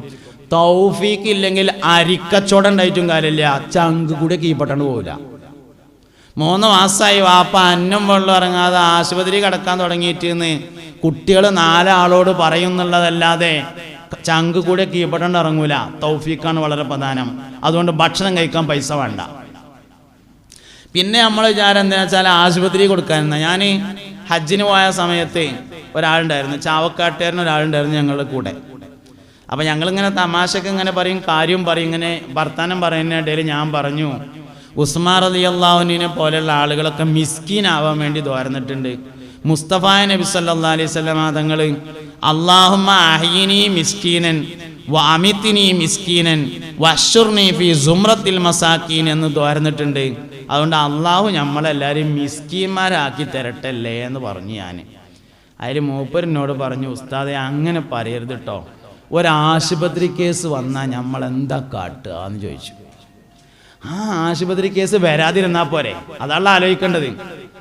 മനസ്സിലായില്ലല്ലോ പടച്ചോനെ, മനസ്സിലായിട്ടില്ലേ? അതായത് ജിദ്ദയിൽ കഫ്തീരിയയിൽ ജോലി ചെയ്യാണ്. 1500 റിയാല് ശമ്പളം ഉണ്ട്. കൊറോണ വന്നപ്പോൾ കച്ചവടമൊക്കെ വളരെ കുറവായി. അപ്പോൾ മുതലാളി പറഞ്ഞു, ജെങ്ങനയിലും നിൽക്ക്, നമുക്ക് കൊറോണയൊക്കെ മാറി കച്ചവടം ഉഷാറാവും എന്ന് പറഞ്ഞു. ഓൻ പറഞ്ഞു, എനിക്ക് 2000 റിയാല് കിട്ടിയില്ലെങ്കിൽ ഞാൻ നിൽക്കൂല, ഹുറൂജ് അടിച്ചെന്നാൾ ഞാൻ പോകുകയാണ് പറഞ്ഞു. മുതലാളി ആകെ സ്വീപ്പായി. കാരണം ഓനാണ്ട് പോയാൽ കഫ്തീരിയാണ് പൂട്ടേണ്ടി വരും എന്നുള്ളത് ഉറപ്പാണ്. ഓൻ പറഞ്ഞു, മുതലാളി പറഞ്ഞു, ഞാൻ എന്തടങ്ങേറ് സഹിച്ചതാണെങ്കിലും 1500 എനിക്ക് മുടങ്ങാതെ തരാം, ഇജൊന്ന് നിൽക്കുക പറഞ്ഞു. നിൽക്കൂല, ഞാൻ പോവുകയാണ്. ഒരാശുപത്രി കേസ് വന്നാൽ എന്താ കാട്ടെ, എനിക്ക് 2000 എന്തായാലും വേണമെന്ന് പറഞ്ഞു. അവസാനം ഗത്യന്തരമില്ലാതെ വന്നപ്പോൾ മുതലാളി പറഞ്ഞു, എന്നാ ശരി 2000 എങ്ങനെയും നിൽക്കുക എന്ന് പറഞ്ഞുങ്ങാണ്ട് 2000 അങ്ങോട്ട് തന്നാൽ 500 ദിർഹം എല്ലാ മാസവും ആശുപത്രിക്കാണ് മാറ്റിവെച്ചാളി. എന്താ കാരണം? ഈ വരുമാനം ആശുപത്രിയിലേക്കാണ് എന്നവൻ ആദ്യം കരുതിയിട്ടുണ്ട് എന്നുള്ളതാണ് കാരണം. ഇതാണ് സംഗതി. അപ്പോൾ വരുമാനത്തിൻ്റെ മുതലിൻ്റെ യഥാർത്ഥ ഉപയോഗം എന്താണെന്ന് നമുക്ക് അറിയാത്തതാണ് ജോലിക്ക് പോകാത്തതിൻ്റെ കാരണം, വരുമാനം ആഗ്രഹിക്കാത്തതിൻ്റെ കാരണം, കുട്ടികളൊക്കെ വലുതായപ്പോൾ ഞാൻ നിർത്തുകയാണ് എന്ന് പറഞ്ഞതിൻ്റെ കാരണമൊക്കെ അതാണ്. ഇതൊന്നുമല്ല ശരിക്ക് മുതലിൻ്റെ യഥാർത്ഥ ഉപയോഗം. ഇതൊക്കെ തൗഫീഖ് ഉണ്ടെങ്കിൽ കിട്ടുന്നതാണ്. മുതലിൻ്റെ യഥാർത്ഥ ഉപയോഗം എന്ന് പറയുന്നത് ദാനം കൊടുക്കലാണ്, സദഖ കൊടുക്കലാണ്, ധർമ്മം കൊടുക്കലാണ്. അതിന് അവനാൻ്റെ പൈസ തന്നെ വേണം. മുഹ്യിദ്ദീൻ ശൈഖ് റളിയല്ലാഹു അൻഹുവിൻ്റെ വാപ്പ കാട്ടിൽ പോയി മരം വെട്ടിയിട്ട് വിറക് വെട്ടിയിട്ട് കൊണ്ടുവന്ന് അങ്ങാടിയിൽ കൊണ്ടുവന്ന് വിൽപ്പന നടത്തിയിട്ട് ഉണക്ക റൊട്ടി വാങ്ങിക്കഴിച്ചിട്ട് ബാക്കി പൈസ സ്വതക്ക ചെയ്യൽ സ്ഥിരമായി പതിവാക്കിയ ആളായിരുന്നു. മനസ്സിലായില്ല? അതിൻ്റെ ഇടയിൽ കൂടെ പോയോ? ഇല്ലല്ലോ. കാട്ടിൽ പോയി വിറക് വെട്ടി കൊണ്ടുവന്നിട്ട് വിറ്റിട്ട് ഉണക്ക റൊട്ടി വാങ്ങിയിട്ട് ബാക്കി സ്വതക്ക കൊടുക്കുക എല്ലാ ദിവസവും. എന്തിനാ ജോലിക്കോണേ? സ്വതക്ക കൊടുക്കാൻ ജോലിക്ക് വരുന്ന ആളാണ് മുഹ്യിദ്ദീൻ ശൈഖിന്റെ വാപ്പ, ബഹുമാനപ്പെട്ട അബൂ സ്വാലിഹ് റളിയല്ലാഹു അൻഹു. മഹാനവറുകൾ അബൂ ഹനീഫ ഇമാമിന്റെ വാപ്പയാണ് എന്നും അഭിപ്രായമുണ്ട്. ഏതഭിപ്രായം പരിഗണിച്ചാലും ഓലൊക്കെ എന്തുകൊണ്ടേ വലുതായത് എന്നുള്ളതാണ് നമ്മൾ മനസ്സിലാക്കേണ്ടത്. അതുകൊണ്ട് പണത്തിൻ്റെ യഥാർത്ഥ ഉപയോഗം എന്താണെന്ന് നമുക്കറിയാതെ പോയിട്ടുണ്ട്. അതുകൊണ്ട് എന്തിന് പൈസ ഉണ്ടാക്കണം? മുതലുണ്ടാകാനുള്ള ദുആ എങ്ങനെ? മുതലുണ്ടാകാനുള്ള ദുആ, അല്ലാ പഠിച്ചോനെ എനിക്കൊരുപാട് പൈസ തരണേ അല്ലാ എന്നല്ല. പൈസ ഉണ്ടാകാനുള്ള ദുആ എങ്ങനെ? അല്ലാഹുവേ എനിക്ക് ധാരാളം സകാത്തും സ്വതക്കയും കൊടുക്കാൻ അവസരം നൽകണേ അല്ലാ. അതാണ് പൈസ ഉണ്ടാവാനുള്ള ദുആ. ദ്വാരന്ന ഇക്കോളി നിങ്ങൾ ഉണ്ടാവും, ഒറിജിനൽ ദുആ ദ്വാരന്ന ഉണ്ടാവും. അതാണ് പൈസ ഉണ്ടാവാനുള്ള ദുആ. അപ്പൊ പണത്തിന്റെ യഥാർത്ഥ ഉപയോഗം എന്താണെന്ന് പോലും നമുക്ക് അറിയാതെ പോകുന്നുണ്ട്. അതുകൊണ്ട് ദാരിദ്ര്യം ഭയപ്പെടേണ്ടത് തന്നെയാണ്. അതുകൊണ്ട് എല്ലാവരും നന്നായിട്ട് അധ്വാനിച്ച് ഹലാലും തൊയ്യിബുമായ വഴിയിലൂടെ നന്നായി സമ്പാദിക്കണം. എല്ലായിടത്തും നല്ലോണം പൈസ വേണം എന്ന അഭിപ്രായത്തോട് ഞാൻ യോജിക്കുന്നു. അതിന് ഞാൻ പിന്തുണക്കുന്നു, അതിന് ഞാൻ സപ്പോർട്ട് ചെയ്യുന്നു. പക്ഷേ ഇന്നത്തെ സമൂഹത്തിൻ്റെ ഏറ്റവും വലിയ പ്രശ്നമായി മാറിയിട്ടുള്ളത് അതിരുവിട്ട വരുമാനമാണ്. എങ്ങനെയും പൈസ ഉണ്ടാക്കുക എന്നുള്ളിടത്ത് നമ്മളെത്തി. എങ്ങനെ ഉണ്ടാക്കുക, ഏത് രൂപത്തിൽ ഉണ്ടാക്കുക എന്നുള്ളതിലെത്തി. ഡേറ്റ് കഴിയുമ്പോൾ ഡേറ്റ് കഴിയാൻ പോണ സ്റ്റിക്കറിൻ്റെ അവിടെ അങ്ങോട്ട് ചീന്തിട്ടിങ്ങാണ്ട് പിന്നെയും വെക്കും. തന്നെ ഡേറ്റ് കഴിയാൻ പോവുകയാണ്. അപ്പോൾ ആ ഡേറ്റ് അടയാളപ്പെടുത്തി അവിടെ ചീന്തിട്ടുകൾ പിന്നെയും വെക്കുക തന്നെ. ഭക്ഷണ സാധനം കൈകാര്യം ചെയ്യുന്നവരാണ് കൂടുതൽ സൂക്ഷിക്കേണ്ടത്. ഹോട്ടൽ നടത്തുന്നവർ, ബേക്കറി നടത്തുന്നവർ, കൂൾ ബാർ നടത്തുന്നവർ, അച്ചാർ കമ്പനി നടത്തുന്നവർ, മീൻ കച്ചവടം ചെയ്യുന്നവർ, ഇറച്ചി കച്ചവടം ചെയ്യുന്നവർ, ഇങ്ങനെ ഭക്ഷണവുമായി കൈകാര്യം ചെയ്യുന്നവർ കൂടുതൽ സൂക്ഷ്മത പാലിക്കണം. വേഗം അബദ്ധം വരാൻ സാധ്യതയുള്ളത് അതിലാണ്. മക്കൾ വേഗത്തിൽ കേടുവരാ ഭക്ഷണം. എന്നാലോ നേരംഗത്തിൽ ചെയ്താൽ ഇത്ര നല്ലൊരു അമല് വേറില്ല. അതെന്താ വെച്ചാൽ നല്ലത് കേടെന്നാലാണ് പറ്റരപ്പാകുക. എത്തിങ്ങാനെന്ന് ചാടിപ്പോന്നാൽ കഞ്ചാവ് കച്ചവടം ഉറപ്പാണ്. ഈ കഞ്ചാവ് കച്ചവടം ചെയ്യുന്ന ആൾക്കാരൊക്കെ പേരുകൾ വരുമ്പോൾ പത്രങ്ങളിൽ ഇങ്ങനെ വരുമ്പോൾ അറബി അക്ഷരം ചേർത്ത് വെച്ച 1-2 ഉണ്ടാവുമല്ലോ. അതിൻ്റെയൊക്കെ ഹിസ്റ്ററി പഠിച്ചു നോക്കിയാൽ അറബി കോളേജിൽ നിന്ന് ചാടിയത്, എത്തിങ്ങാനെന്ന് ചാടിയത്, ബോർഡിങ്ങിൽ നിന്ന് ചാടിയത്, ദർസിൽ നിന്ന് ചാടിയത്, അങ്ങനെ ഇക്കാരം. നല്ലത് കേടെന്നാൽ പറ്റരപ്പാവും. നാട്ടിൽ കല്യാണമുള്ള ദിവസം പള്ളിക്കത്തെ മൂത്രപ്പരയിലെ അസ്ർ നിസ്കാരത്തിന് പോയാൽ പ്രത്യേക വാസന ഉണ്ടാവും, ബിരിയാണി നിന്നിട്ട്. നല്ലത് കേടെന്നാൽ പറ്റരപ്പാണ്. അത് ശരി. അവിടെ പെണ്ണുങ്ങൾ എന്താ വേറെ ക്ലാസ് എടുക്കുന്നുണ്ടല്ലേ? ആ സ്കൂൾ തന്നെയല്ലത്, സ്കൂളിൻ്റെ വരാന്തയിലുള്ള പെണ്ണുങ്ങൾ അവിടെ ആരോ വേറെ ക്ലാസ് എടുക്കുന്നുണ്ട്. മയ്യത്ത് പരിപാലനത്തിൻ്റെ ക്ലാസ് ആണോ എന്നറിയില്ല, അതാ വേറെ എന്തേലും ആണോ എന്താ അറിയില്ല. എന്താ അവിടെ എന്താ വേറെ ക്ലാസ്. ഞാനിവിടെ വന്നപ്പോൾ പിന്നെ അൽഹംദുലില്ലാ ഇവിടുത്തെ മുത്തഅല്ലിമീങ്ങളെ കണ്ടു, വളരെയധികം സന്തോഷം. നാട്ടുകാരുട്ടികളാണെന്ന് അറിഞ്ഞപ്പോൾ അതിലേറെ സന്തോഷം. അതന്നെ എല്ലാവരും മൂല്യന്മാരാണ്ട, പക്ഷെ മൂല്യന്മാർ വേണമല്ലോ. ഒരു കുടുംബത്തിൽ ഒരാൾ മൂല്യരുണ്ടാകണം. ഇപ്പം ഇനിയിപ്പോൾ ഈ വേനൽക്കാലമൊക്കെ ആയാൽ എല്ലായിടത്തും കുടുംബസംഗമം ഉണ്ടാവും. വേനൽക്കാലമായാൽ മൊത്തം കുടുംബസംഗമേക്കാരം. കുടുംബസംഗമം നല്ലതാണ്, അതിന് 2 കുഴപ്പമുണ്ട്, പക്ഷേ ഒരുപാട് ഗുണമുണ്ട്. കുടുംബസംഗമത്തിൽ പ്രധാനമായും ചിന്തിക്കേണ്ട ഒരു കാര്യം, നമ്മളെ കുടുംബത്തിൽ ആരാ ഇല്ലാത്തതെന്നാണ്.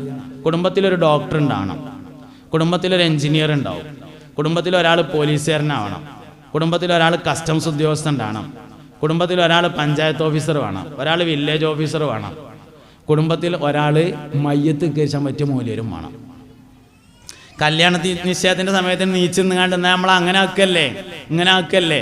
അൽ ഫാത്തിഹ എന്ന് നീച്ചെന്നുകാണ്ട് ചുളി നീർന്ന് പറയാൻ പറ്റിയ ഒരാൾ എല്ലാ തറവാട്ടിലും വേണമെന്ന്, അതാണ് ഇപ്പോൾ ഈ പറയണത്.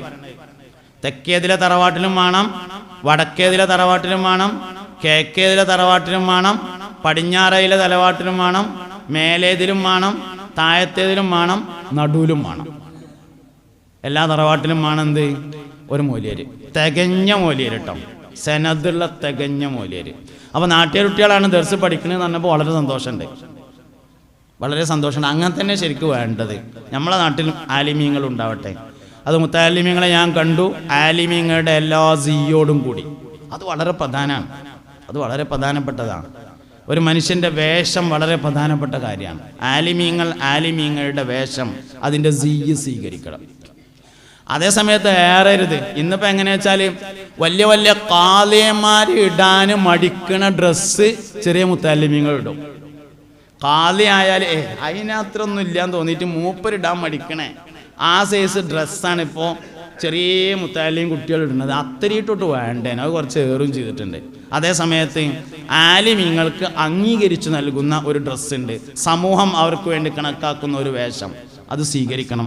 അതിന് വളരെ ഇസ്സത്താണ്, അതിന് വളരെ ഇസ്സത്തും വലിയ അഭിമാനവുമാണ്. അപ്പോൾ അത് നമ്മൾ ഉൾക്കൊള്ളേണ്ടത് തന്നെയാണ്. ആ സിയ്യുള്ള ആളുകളെല്ലാവരും വിജയിച്ചിട്ടുണ്ട്. അപ്പോൾ വളരെ സിയ്യോടുകൂടി, വളരെ നല്ല വേഷത്തോടുകൂടി, സിയ്യ് എന്ന് പറഞ്ഞ വാക്ക് നിങ്ങൾക്ക് മനസ്സിലായോ എന്നറിയില്ല, ഓരോരുത്തരോടും യോജിക്കുന്ന അഭിമാനകരമായ വേഷം സ്വീകരിക്കുന്നതിനാണ് സിയ്യ് എന്ന് പറയുന്നത്. അതെല്ലാവർക്കും ഉണ്ട്. വക്കീലന്മാർക്കൊരു വേഷം ഉണ്ടാവും, ആ വേഷം ഇട്ടിട്ടേ കോടതിക്ക് എല്ലാം പാടുള്ളൂ. മൂല്യന്മാർക്കൊരു വേഷം ഉണ്ടാവും, ആ വേഷം ഇട്ടിട്ടേ മൂല്യരാവാൻ പറ്റുള്ളൂ. അതിലൊക്കെ എന്തിരിക്കുന്നു എന്ന് ചോദിക്കരുത്, അതിലുണ്ട് അതന്നെ സംഗതി. നമ്മളവിടെ ഈ പിന്നെ പൊന്നാനി ഭാഗത്ത് പിന്നെ വലിയൊരു ആലിം ജീവിച്ചിരുന്നു പഴയ കാലത്ത്. അദ്ദേഹം ഒരു പിന്നെ കുളത്തിലിറങ്ങിയിട്ട് മൂത്രയിക്കുകയും wudu ചെയ്യുകയും ഒക്കെ ചെയ്തു. അപ്പം ഈ അശുദ്ധമായ കാരണത്താൽ നമ്പൂരി അയാളുടെ ഓതുണ്ടാക്കൽ കഴിഞ്ഞാൽ ഇവിടെ വരാൻ പറയാറുണ്ട്. അപ്പം അങ്ങനെ വന്നപ്പോൾ ഒരു തലകെട്ട് ഇങ്ങനെ കെട്ടിയിട്ട് ഒരാളങ്ങോട്ട് കണ്ടപ്പോൾ പറഞ്ഞു തരേ അവിടെ നിന്നായിരുന്നോ എന്നാ പൊയ്ക്കോളൂ എന്ന്. വേഷം വലിയ പ്രധാനപ്പെട്ടതാണ്. ഒരു മനുഷ്യൻ്റെ വേഷം വളരെ പ്രധാനപ്പെട്ട തന്നെയാണ്. അപ്പോൾ ഏതായാലും ആലിമീങ്ങളുടെ സിയോട് കൂടിയ നല്ല കുറച്ച് എല്ലാവരും സപ്പോർട്ട് ചെയ്യണം. ദർസിനെ എല്ലാവരും പിന്തുണക്കണം. അപ്പോൾ കുടുംബസംഗമങ്ങളൊക്കെ നടക്കുമ്പോൾ നമ്മളെ കൂട്ടത്തിൽ ആരാ മോലേരില്ലെങ്കിൽ പറ്റിയൊരു കുട്ടിനെ മോലേരാക്കണം. വലിയ സമ്പന്നന്മാരുടെ മക്കൾ ആലിമീങ്ങളായി വന്നാൽ നല്ല തന്നെയാണ്. പക്ഷേ ഫക്കീറന്മാരുടെ മക്കൾ ആലിമീങ്ങളായി വന്നതാണ് പാരമ്പര്യം. നല്ല 2-5 സൂപ്പർ മാർക്കറ്റുള്ള ഒരു വാപ്പാൻ്റെ കുട്ടി മൂലയരായാലും ഉമ്മത്തിന് വലിയ ഇജ്ജത്ത് തന്നെ കയറാം. ആരെ മുമ്പിലും നീച്ചെന്ന് ഓന് കാര്യം പറയാം. കാരണം ഒരു മനുഷ്യൻ്റെ ഉരമാവൂല. അപ്പോൾ വലിയ ഇജ്ജത്ത് തന്നെയാണത്, പരിശ്രമിക്കേണ്ടത് തന്നെയാണത്. പക്ഷെ എന്തുകൊണ്ടാണെന്നറിയില്ല, ദരിദ്രന്മാരുടെ മക്കളിൽ നിന്നാണ് ഉമ്മത്തിന് നേതൃത്വം നൽകുന്ന ആലിമീങ്ങൾ വന്ന് കണ്ടിട്ടുള്ളത്. എന്നാൾ ഞാനൊരിക്കൽ ഇങ്ങനെ പറഞ്ഞു, ഗവൺമെൻറ് ജോലിക്കാരുടെ കൂട്ടത്തിൽ നിന്ന് ആലിമീങ്ങൾ വരൽ വളരെ അപൂർവമാണ്. ആരുമില്ല എന്നല്ല, വളരെ അപൂർവമാണ് ഗവൺമെൻറ് ജോലിക്കാരുടെ മക്കളിൽ നിന്ന് ആലിമീങ്ങൾ വരൽ. എൻ്റെ ഒരു അഭിപ്രായത്തിൽ അതിൻ്റെ ഒരു കാരണം എന്താ വെച്ചാൽ, ഒരു കൊല്ലം എന്ന് പറഞ്ഞാൽ 365 ദിവസമാണ്. അതിൽ 150 ദിവസമാണ് ആകെ പണിയുള്ളത്. ആ 150 ദിവസം പോകൂല. ഏതെങ്കിലും ഒരു ദിവസം പോയാൽ അന്നൊരു ഒപ്പിടണമെങ്കിൽ കായ് വേറെ കൊടുക്കണം. അതന്നെ കാരണം. ഇതെന്താ വേണ്ടത്? വരുമാനത്തിനനുസരിച്ച് ജോലി ചെയ്യണം. എല്ലാ ജോലി ഒരേ മാതിരിയല്ല. വലിയ വിദ്യാഭ്യാസമൊക്കെ വേണ്ട ജോലിയുണ്ട്, അതിനനുസരിച്ച് ശമ്പളം ഉണ്ടാവും. ഓൽക്കതിനനുസരിച്ച് ജോലിയും കുറവുണ്ടാവും.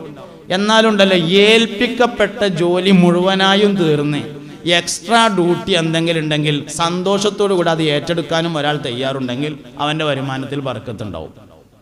അല്ലെങ്കിൽ അതിൽ ദീനിൽ നിന്ന് നേതൃത്വം നൽകുന്ന ആളുകൾ വരൽ വളരെ കുറവായിരിക്കും. അതുകൊണ്ട് എന്തായാലും നാട്ടുകാരായ കുറേ മുത്താലിമീങ്ങൾ ഇവിടെ പഠിക്കുന്നു. മീസാൻ മുതൽ മുത്തഫരീദ് മുതൽ തുടങ്ങിയവരാണ്. അവർ വലിയ നിലയിലേക്ക് എത്തിയിട്ടുണ്ട് എന്നൊക്കെ അറിഞ്ഞപ്പോൾ വളരെ സന്തോഷമുണ്ട്. അള്ളാഹു റബ്ബുൽ ഇസ്സത്ത് കബൂൽ ചെയ്യട്ടെ. അവരെ ഉഖ്റവിയായ ആലിമീങ്ങളാക്കി അള്ളാഹു മാറ്റട്ടെ. നാട്ടുകാർ അതിനെ നല്ലോണം സപ്പോർട്ട് ചെയ്യണമെന്ന് ഞാൻ സാന്ദർഭികമായി എല്ലാവരുടെയും ശ്രദ്ധയിൽ കൊണ്ടുവരികയാണ്. അതുകൊണ്ട് സഹോദരങ്ങളെ, ഉമ്മത്തിന് പറ്റിയിട്ടുള്ള ഏറ്റവും വലിയൊരു കുഴപ്പം വരുമാനം കേടുവന്നിട്ടുണ്ട് എന്നുള്ളതാണ്. എങ്ങനെയും പൈസ ഉണ്ടാക്കാം എന്നുള്ളിടത്ത് നമ്മൾ മാറിയിട്ട് നല്ലോണം അധ്വാനിച്ചും നല്ലോണം കച്ചവടം ചെയ്തും നല്ലോണം വിദ്യാഭ്യാസം നേടിയും നല്ലോണം ബുദ്ധി ഉപയോഗിച്ചും എല്ലാവരും നന്നായിട്ട് ഹലാലും ത്വയ്യിബുമായ മാർഗത്തിലൂടെ പണമുണ്ടാക്കി അടുത്ത തലമുറയ്ക്ക് വേണ്ടി നീക്കി വെക്കണം. നമ്മൾ മരിച്ചു പോകുമ്പോൾ നമ്മളെ മക്കൾക്ക് കുറച്ച് മോര് കൊടുത്ത് പോകാൻ പറ്റിയ നല്ല തന്നെയാണ്. അതിലൊരു മോശമില്ല, അത് നല്ല കാര്യം തന്നെയാണ്. അതുകൊണ്ട് എല്ലാവരും നല്ലോണം അധ്വാനിക്കണം, ഹലാലും ത്വയ്യിബുമായിരിക്കണം. എക്സ്ട്രാ ടൈം ഉണ്ടെങ്കിൽ എടുക്കണം, ആരോഗ്യം അനുവദിക്കുമെങ്കിൽ എടുക്കണം. എന്നിട്ട് നല്ലോണം പൈസ ഉണ്ടാക്കണം, നല്ലോണം അധ്വാനിക്കണം, നല്ല നീയത്തുണ്ടായിരിക്കണം. അതൊക്കെ വളരെ പ്രധാനമാണ്. അപ്പം എന്താ പറഞ്ഞുകൊണ്ടിരിക്കണേന്ന് നിങ്ങൾ, ചാടിപ്പോകുന്നതിൻ്റെ മുമ്പ് 5 പ്രാവശ്യമെങ്കിലും ഒരു കുട്ടി ഉമ്മയുടെ ശ്രദ്ധയിൽ അത് പെടുത്തും. ഇന്ന് പ്രേമിച്ചാണ്ട് നാളെ ചാടൊന്നുമില്ല. ചാടണേൻ്റെ മുമ്പ് ഏറ്റവും ചുരുങ്ങിയത് 5 തവണ ഉമ്മാൻ്റെ ശ്രദ്ധയിൽ കുട്ടി പെടുത്തും. ഉമ്മ, ഞാൻ ചാടാവൊരുങ്ങുന്നുണ്ട് കേട്ടോ എന്ന്. അങ്ങനെ പറയല്ലേ ചെയ്യുക, പിന്നെ എങ്ങനെ? സൂചനകളുണ്ടാവും. ഒരു ദിവസം കുട്ടി സ്കൂളിൽ വന്നപ്പോൾ പറഞ്ഞു, ഉമ്മ, ഞങ്ങളെ സ്കൂളിലുണ്ട് ഒരു കണ്ണട വെച്ചൊരു ആൺകുട്ടി, ഓ പഠിക്കാൻ സൂപ്പറാണ് എന്ന് പറഞ്ഞു എന്ന് വിചാരിച്ചോളി. കണ്ണട വെച്ചതിന് നമുക്ക് വല്ല എതിർപ്പുണ്ടോ? ഒരു എതിർപ്പില്ല. ഓൻ പഠിക്കണേന് നമുക്ക് വല്ല എതിർപ്പുണ്ടോ? ഒരു എതിർപ്പില്ല. പക്ഷേ സ്കൂളിലുള്ള കണ്ണട വെച്ച നല്ല പഠിക്കുന്ന ഒരു കുട്ടി, ഒരാൺകുട്ടി എൻ്റെ പെൺകുട്ടിയെ ആകർഷിച്ചിട്ടുണ്ട് എന്ന സൂചനയാണ് ഉമ്മാക്കാൻ നൽകിയത്. പൊക്കിൽ കൊടി ബന്ധമാണത്. ഉമ്മാനെ അറിയിക്കാതെ ഒരു കുട്ടിക്ക് ചാടാൻ കഴിയില്ല. നിങ്ങൾ എഴുതി വെച്ചോളി, ഉമ്മാനെ അറിയിക്കാതെ ഒരു കുട്ടിക്ക് ചാടാനേ കഴിയൂല. ഉമ്മാനെ അറിയിക്കും. പക്ഷെ അമ്മ വിചാരിക്കും, ഇൻ്റെ കുട്ടി അങ്ങനെയൊന്നും ഉണ്ടാവില്ല എന്ന് വിചാരിച്ച് ശ്രദ്ധിക്കാതിരിക്കണതിന് രക്ഷയൊന്നുമില്ലല്ലോ. അതേ കുട്ടി പിന്നെ ഒരാഴ്ച കഴിഞ്ഞിട്ട് വന്നപ്പോൾ പറഞ്ഞു, ഉമ്മ, ഞാൻ നാളെ മുതൽ 9:50 ബസ്സിനാ പോണത്, 45-ന് പോണില്ല. 45-ന്റെ ബസ്സിൽ നല്ല തിരക്കാം, 50-ന്റെ ബസ് കാലിക്കാരം. 5 മിനിറ്റ് കൊണ്ട് സ്കൂൾക്ക് എത്തുമല്ലോ, 10 മണിക്കല്ലേ ബെല്ലടിക്കുള്ളൂ. അതുകൊണ്ട് നാളെ മുതൽ ഞാൻ 9:50-നാണ് പോണത് എന്ന് പറഞ്ഞു എന്നുകൂടി വിചാരിച്ചോളി. രണ്ടാമത്തെ സൂചനയാണ്. അന്ന് വൈകുന്നേരം വാപ്പ പീടിയടച്ച് വന്നിട്ട് ചോറയിച്ചിട്ട് കയ്യാൻ നേരത്ത് ഇമ്മ പറയണം, ഇന്ന് നമ്മളെ മോള് സ്കൂൾ തന്നപ്പോഴേ നാളെ 9:50 ബസ്സിനാണ് പോണത് എന്ന് പറഞ്ഞു. ചോറ് കയ്യാൻ നേരത്തെ പറയാൻ പറ്റുള്ളൂ. വന്നുകാണ്ട് ചോറുക്കാണ്ട് കയ്യുണ്ട് കുത്തുമ്പോൾ നമ്മളെ മറിയമ്മൂനെ ഞമ്മക്കൊന്ന് കെട്ടിച്ചണ്ടേന്ന് ചോദിക്കും പെണ്ണുങ്ങൾ. പിന്നെണ്ടോ ആ ചോറ് കീപ്പട്ടിറങ്ങണു. അപ്പം പറയാൻ പാടില്ല. എപ്പോഴാ പറയാ? ചോറ് ഇങ്ങനെ കയ്യാൻ നേരം ചോറിന പ്ലേറ്റ് ഇങ്ങനെ വടിച്ചിങ്ങനെ എടുക്കണ ആ നേരത്ത് പറയാം. എന്ത്? പിന്നെ മോളൊന്ന് സ്കൂൾ തന്നപ്പോൾ ഇങ്ങനെ പറഞ്ഞു 9:50 പോണത് എന്ന് പറഞ്ഞു. എനിക്കെന്താന്നാവോ ചെറിയൊരു പേടി.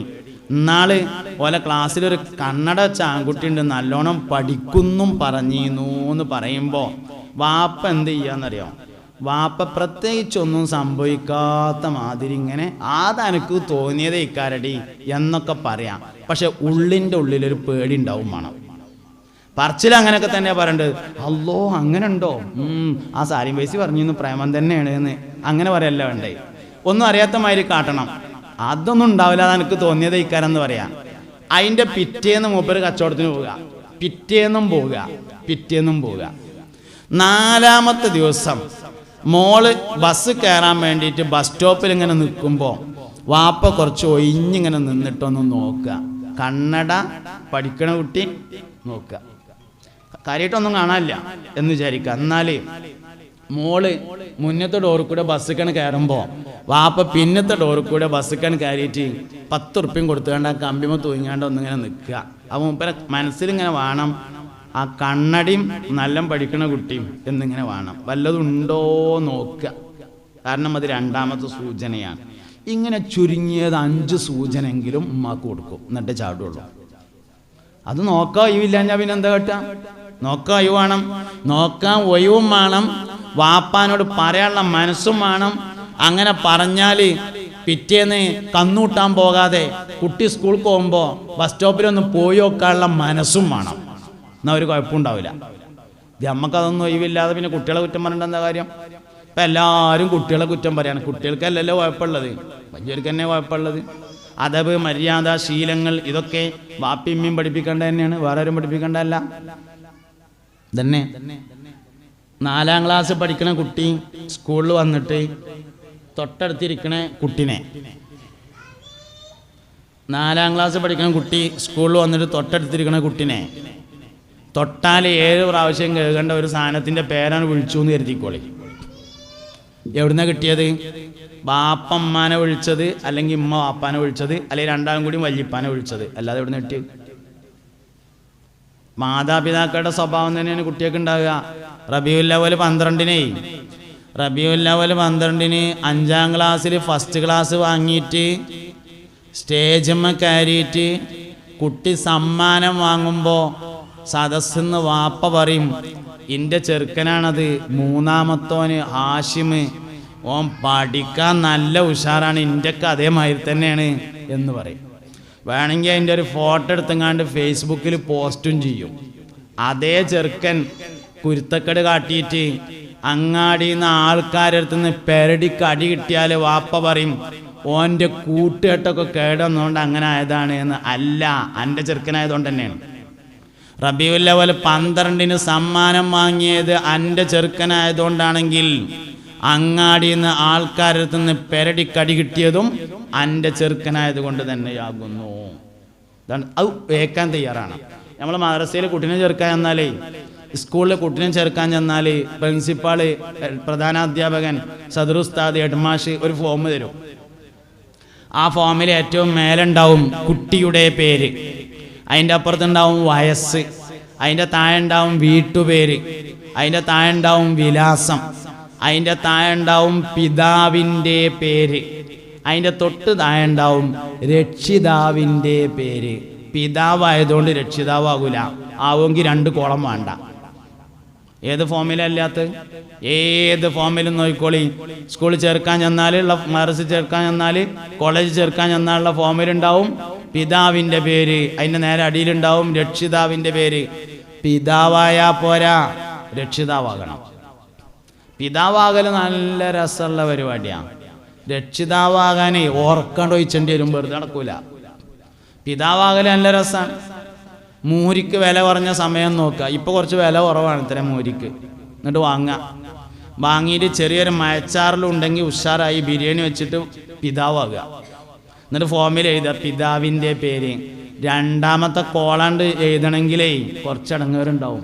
രക്ഷിതാവിൻ്റെ പേര് എന്നുള്ളിടത്ത് പേരണ്ട് എഴുതണമെങ്കിൽ അത് കുറച്ച് പണിയുള്ള കാര്യമാണ്. നല്ലോണം അധ്വാനം ഉണ്ടായിന്. അതന്നെ ഈ പറഞ്ഞ സംഗതി. അതുകൊണ്ട് നല്ലോണം നമ്മൾ ശ്രദ്ധിക്കണം കാര്യങ്ങൾ. അവനവൻ്റെ മക്കളെ നോക്കാൻ അവനാ മാത്രമേ ഉള്ളൂ, വേറെ ആരും ഇല്ല എന്ന തിരിച്ചറിവ് നമുക്കുണ്ടായിരിക്കണം. ഇതന്നെ സംഗതി. കുട്ടികളുടെ ഈമാൻ ശരിയാക്കി കൊടുക്കണം. കുട്ടികളുടെ വിദ്യാഭ്യാസം ശരിയാക്കി കൊടുക്കണം. കുട്ടികളുടെ സ്വഭാവം ശരിയാക്കി കൊടുക്കണം. എങ്ങനെയാ സ്വഭാവം ശരിയാക്കൽ? മാതാപിതാക്കളുടെ സ്വഭാവം ശരിയാവുമ്പോൾ കുട്ടികളുടെ സ്വഭാവം ശരിയാവും. ഇതിപ്പോൾ വാപ്പയമ്മയും കുട്ടികളെ പഠിപ്പിച്ചിട്ടാണ്. നമ്മൾ പാരമ്പര്യമായിട്ട് കുറച്ച് ദേഷ്യമുള്ള ആൾക്കാരാണ്. അതുകൊണ്ട് കുറച്ച് ഗൗരവത്തിലാണ് പറഞ്ഞോളൂ. ദേഷ്യം പെടണം എന്ന് കുട്ടികളെ പഠിപ്പിക്കുക വാപ്പ. ഒരു മനുഷ്യൻ്റെ ശരീരത്തിൽ ചെയ്ത്താൻ കയറുകയാണെങ്കിൽ ആദ്യം ദേഷ്യത്തിൻ്റെ രൂപത്തിലാണ് കയറുക. അത് വാപ്പ പഠിപ്പിക്കുകയാണ്. നമ്മൾ പാരമ്പര്യമായിട്ട് തന്നെ കുറച്ച് ദേഷ്യമുള്ള ആൾക്കാരാണ്. അതുകൊണ്ട് കുറച്ച് ഉറക്കാണ് പറഞ്ഞോളൂ. അല്ലെങ്കിലോ കാണുന്ന നാട്ടുകാരെ മേക്കെട്ട് കയറിയിട്ട് അവസാനം അതെനിക്ക് പ്രഷർ കൂടിയതുകൊണ്ടായിരുന്നു. പ്രഷറിൻ്റെ ബുക്കുകൾ കുറേ ഞാൻ നോക്കിയിട്ടുണ്ട്, യൂട്യൂബിലൊക്കെ നോക്കി. പ്രഷർ കയറിയാൽ ആൾക്കാരെ പെരടിക്ക് കയറുമോയെന്ന് ഇതുവരെ എവിടെയും കണ്ടിട്ടില്ല. അതിന് ഗുളികൻ കുടിച്ചാളി. ഒരു നേരം കൊണ്ട് ശരിയാണില്ലെങ്കിൽ 2 നേരം കുടിച്ചോളി. പ്രഷറിൻ്റെ പേരും പറഞ്ഞാണ്ട് ആൾക്കാരെ മേക്കെട്ട് കയറാൻ നിൽക്കണ്ട. ദേഷ്യം മക്കളെ പഠിപ്പിക്കാൻ പാടില്ല. ദേഷ്യം പൈശാചികമായ സ്വഭാവമാണ്. അതുകൊണ്ട് മാതാപിതാക്കളിൽ നിന്നാണ് കുട്ടികൾ പഠിക്കുന്നത്, ദേഷ്യം പഠിക്കുന്നത്. സ്വഭാവം കേടുവരെ എപ്പോഴും എവിടെയാണെന്ന് നിങ്ങൾ അദബ് പാലിച്ചില്ലെങ്കിലാണ്. അദബ് പാലിച്ചില്ലെങ്കിലും ശീലങ്ങൾ പാലിച്ചില്ലെങ്കിലും അദബ് പാലിച്ചില്ലെങ്കിൽ ഇബാദത്തുകൾ കേടുവരും. ശീലങ്ങൾ പാലിച്ചില്ലെങ്കിൽ സ്വഭാവം കേടുവരും. അദബ് പാലിച്ചില്ലെങ്കിൽ റേഞ്ചിൽ നിന്ന് പോകണ്ടോ നിങ്ങൾ? ഇല്ല, എന്നെ ഒപ്പം ഒന്ന് ചൊല്ലിക്കോളി. അന്ത ഉമ്മുൻ അം അബു മാ റഅയ്നാ ഫീഹിമാ മിസ്ല ഹുസ്നിക ഖത്തു യാ സയ്യിദി ഖൈറൻ നബി അസ്സലാത്തു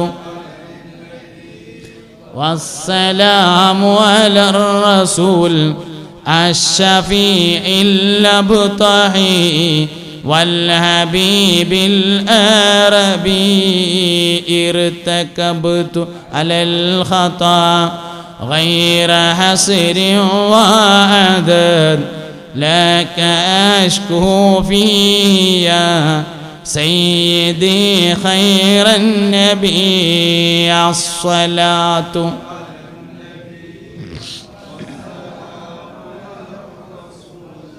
الشفيع الأبطحي والحبيب العربي. സ്വഭാവം ശരിയാക്കുക. എങ്ങനെയാണ് സ്വഭാവം ശരിയാക്കുക? വാപ്പാൻ്റെയും ഉമ്മാൻ്റെയും സ്വഭാവം ശരിയാകുമ്പോൾ തന്നെ നമുക്കൊരു 3 സെൻറ്റ് സ്ഥലവും അതിൽ ചെറിയൊരു പെരയെ കൂടി ആയി വന്നപ്പോഴേക്ക് രാവിലെയും ഉച്ചക്കും വൈകുന്നേരം തറവാട്ടിലുള്ള ഉമ്മാൻ്റെയും വാപ്പാൻ്റെയും കുറ്റം പറഞ്ഞങ്ങാണ്ടിരുന്നാൽ അതേ കുട്ടികൾ പഠിക്കുള്ളൂ. കുട്ടികളുടെ സ്വഭാവം കേടെടുത്തുന്നത് വാപ്പിയും തന്നെയാണ് ഉമ്മയും തന്നെയാണ്, വേറെ ആരുമല്ല. ബ്ലാക്ക് മെയിൽ ചെയ്യാൻ വേണ്ടി കുട്ടികളെ പഠിപ്പിക്കുന്നത് ഉമ്മയാണ് എന്നാണ്. ബ്ലാക്ക് മെയിൽ ചെയ്യാൻ വേണ്ടി പഠിപ്പിക്കുക. അങ്ങനെ നിങ്ങൾ വാപ്പാൻ്റെ കീശേന്ന് 100 ഉറുപ്പിക എടുത്തു. അത് കുട്ടി കണ്ടു.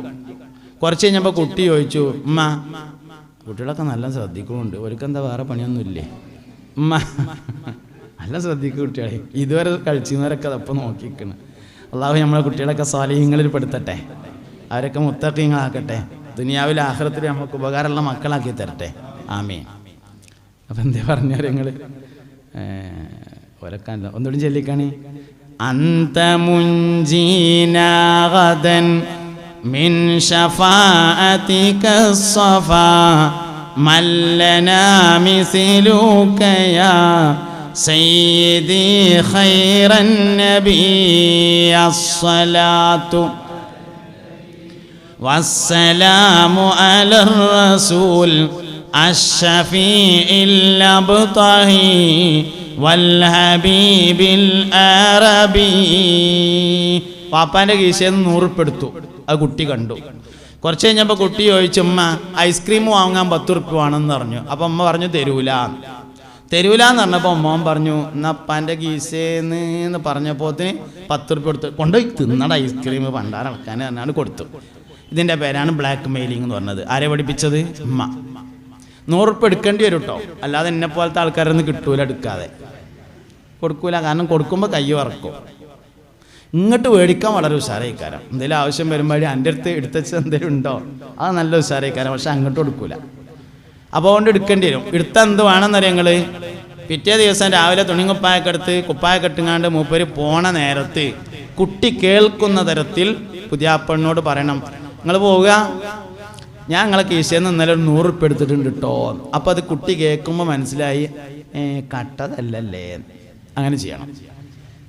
അല്ലാതെ അല്ലെങ്കിൽ കുട്ടികൾക്ക് മോശമായത് പഠിക്കും. ഉമ്മയും ബാപ്പയും തന്നെയാണ് മോശപ്പെട്ട സ്വഭാവം പഠിപ്പിക്കുന്നത്, വേറെ ആരുമല്ല.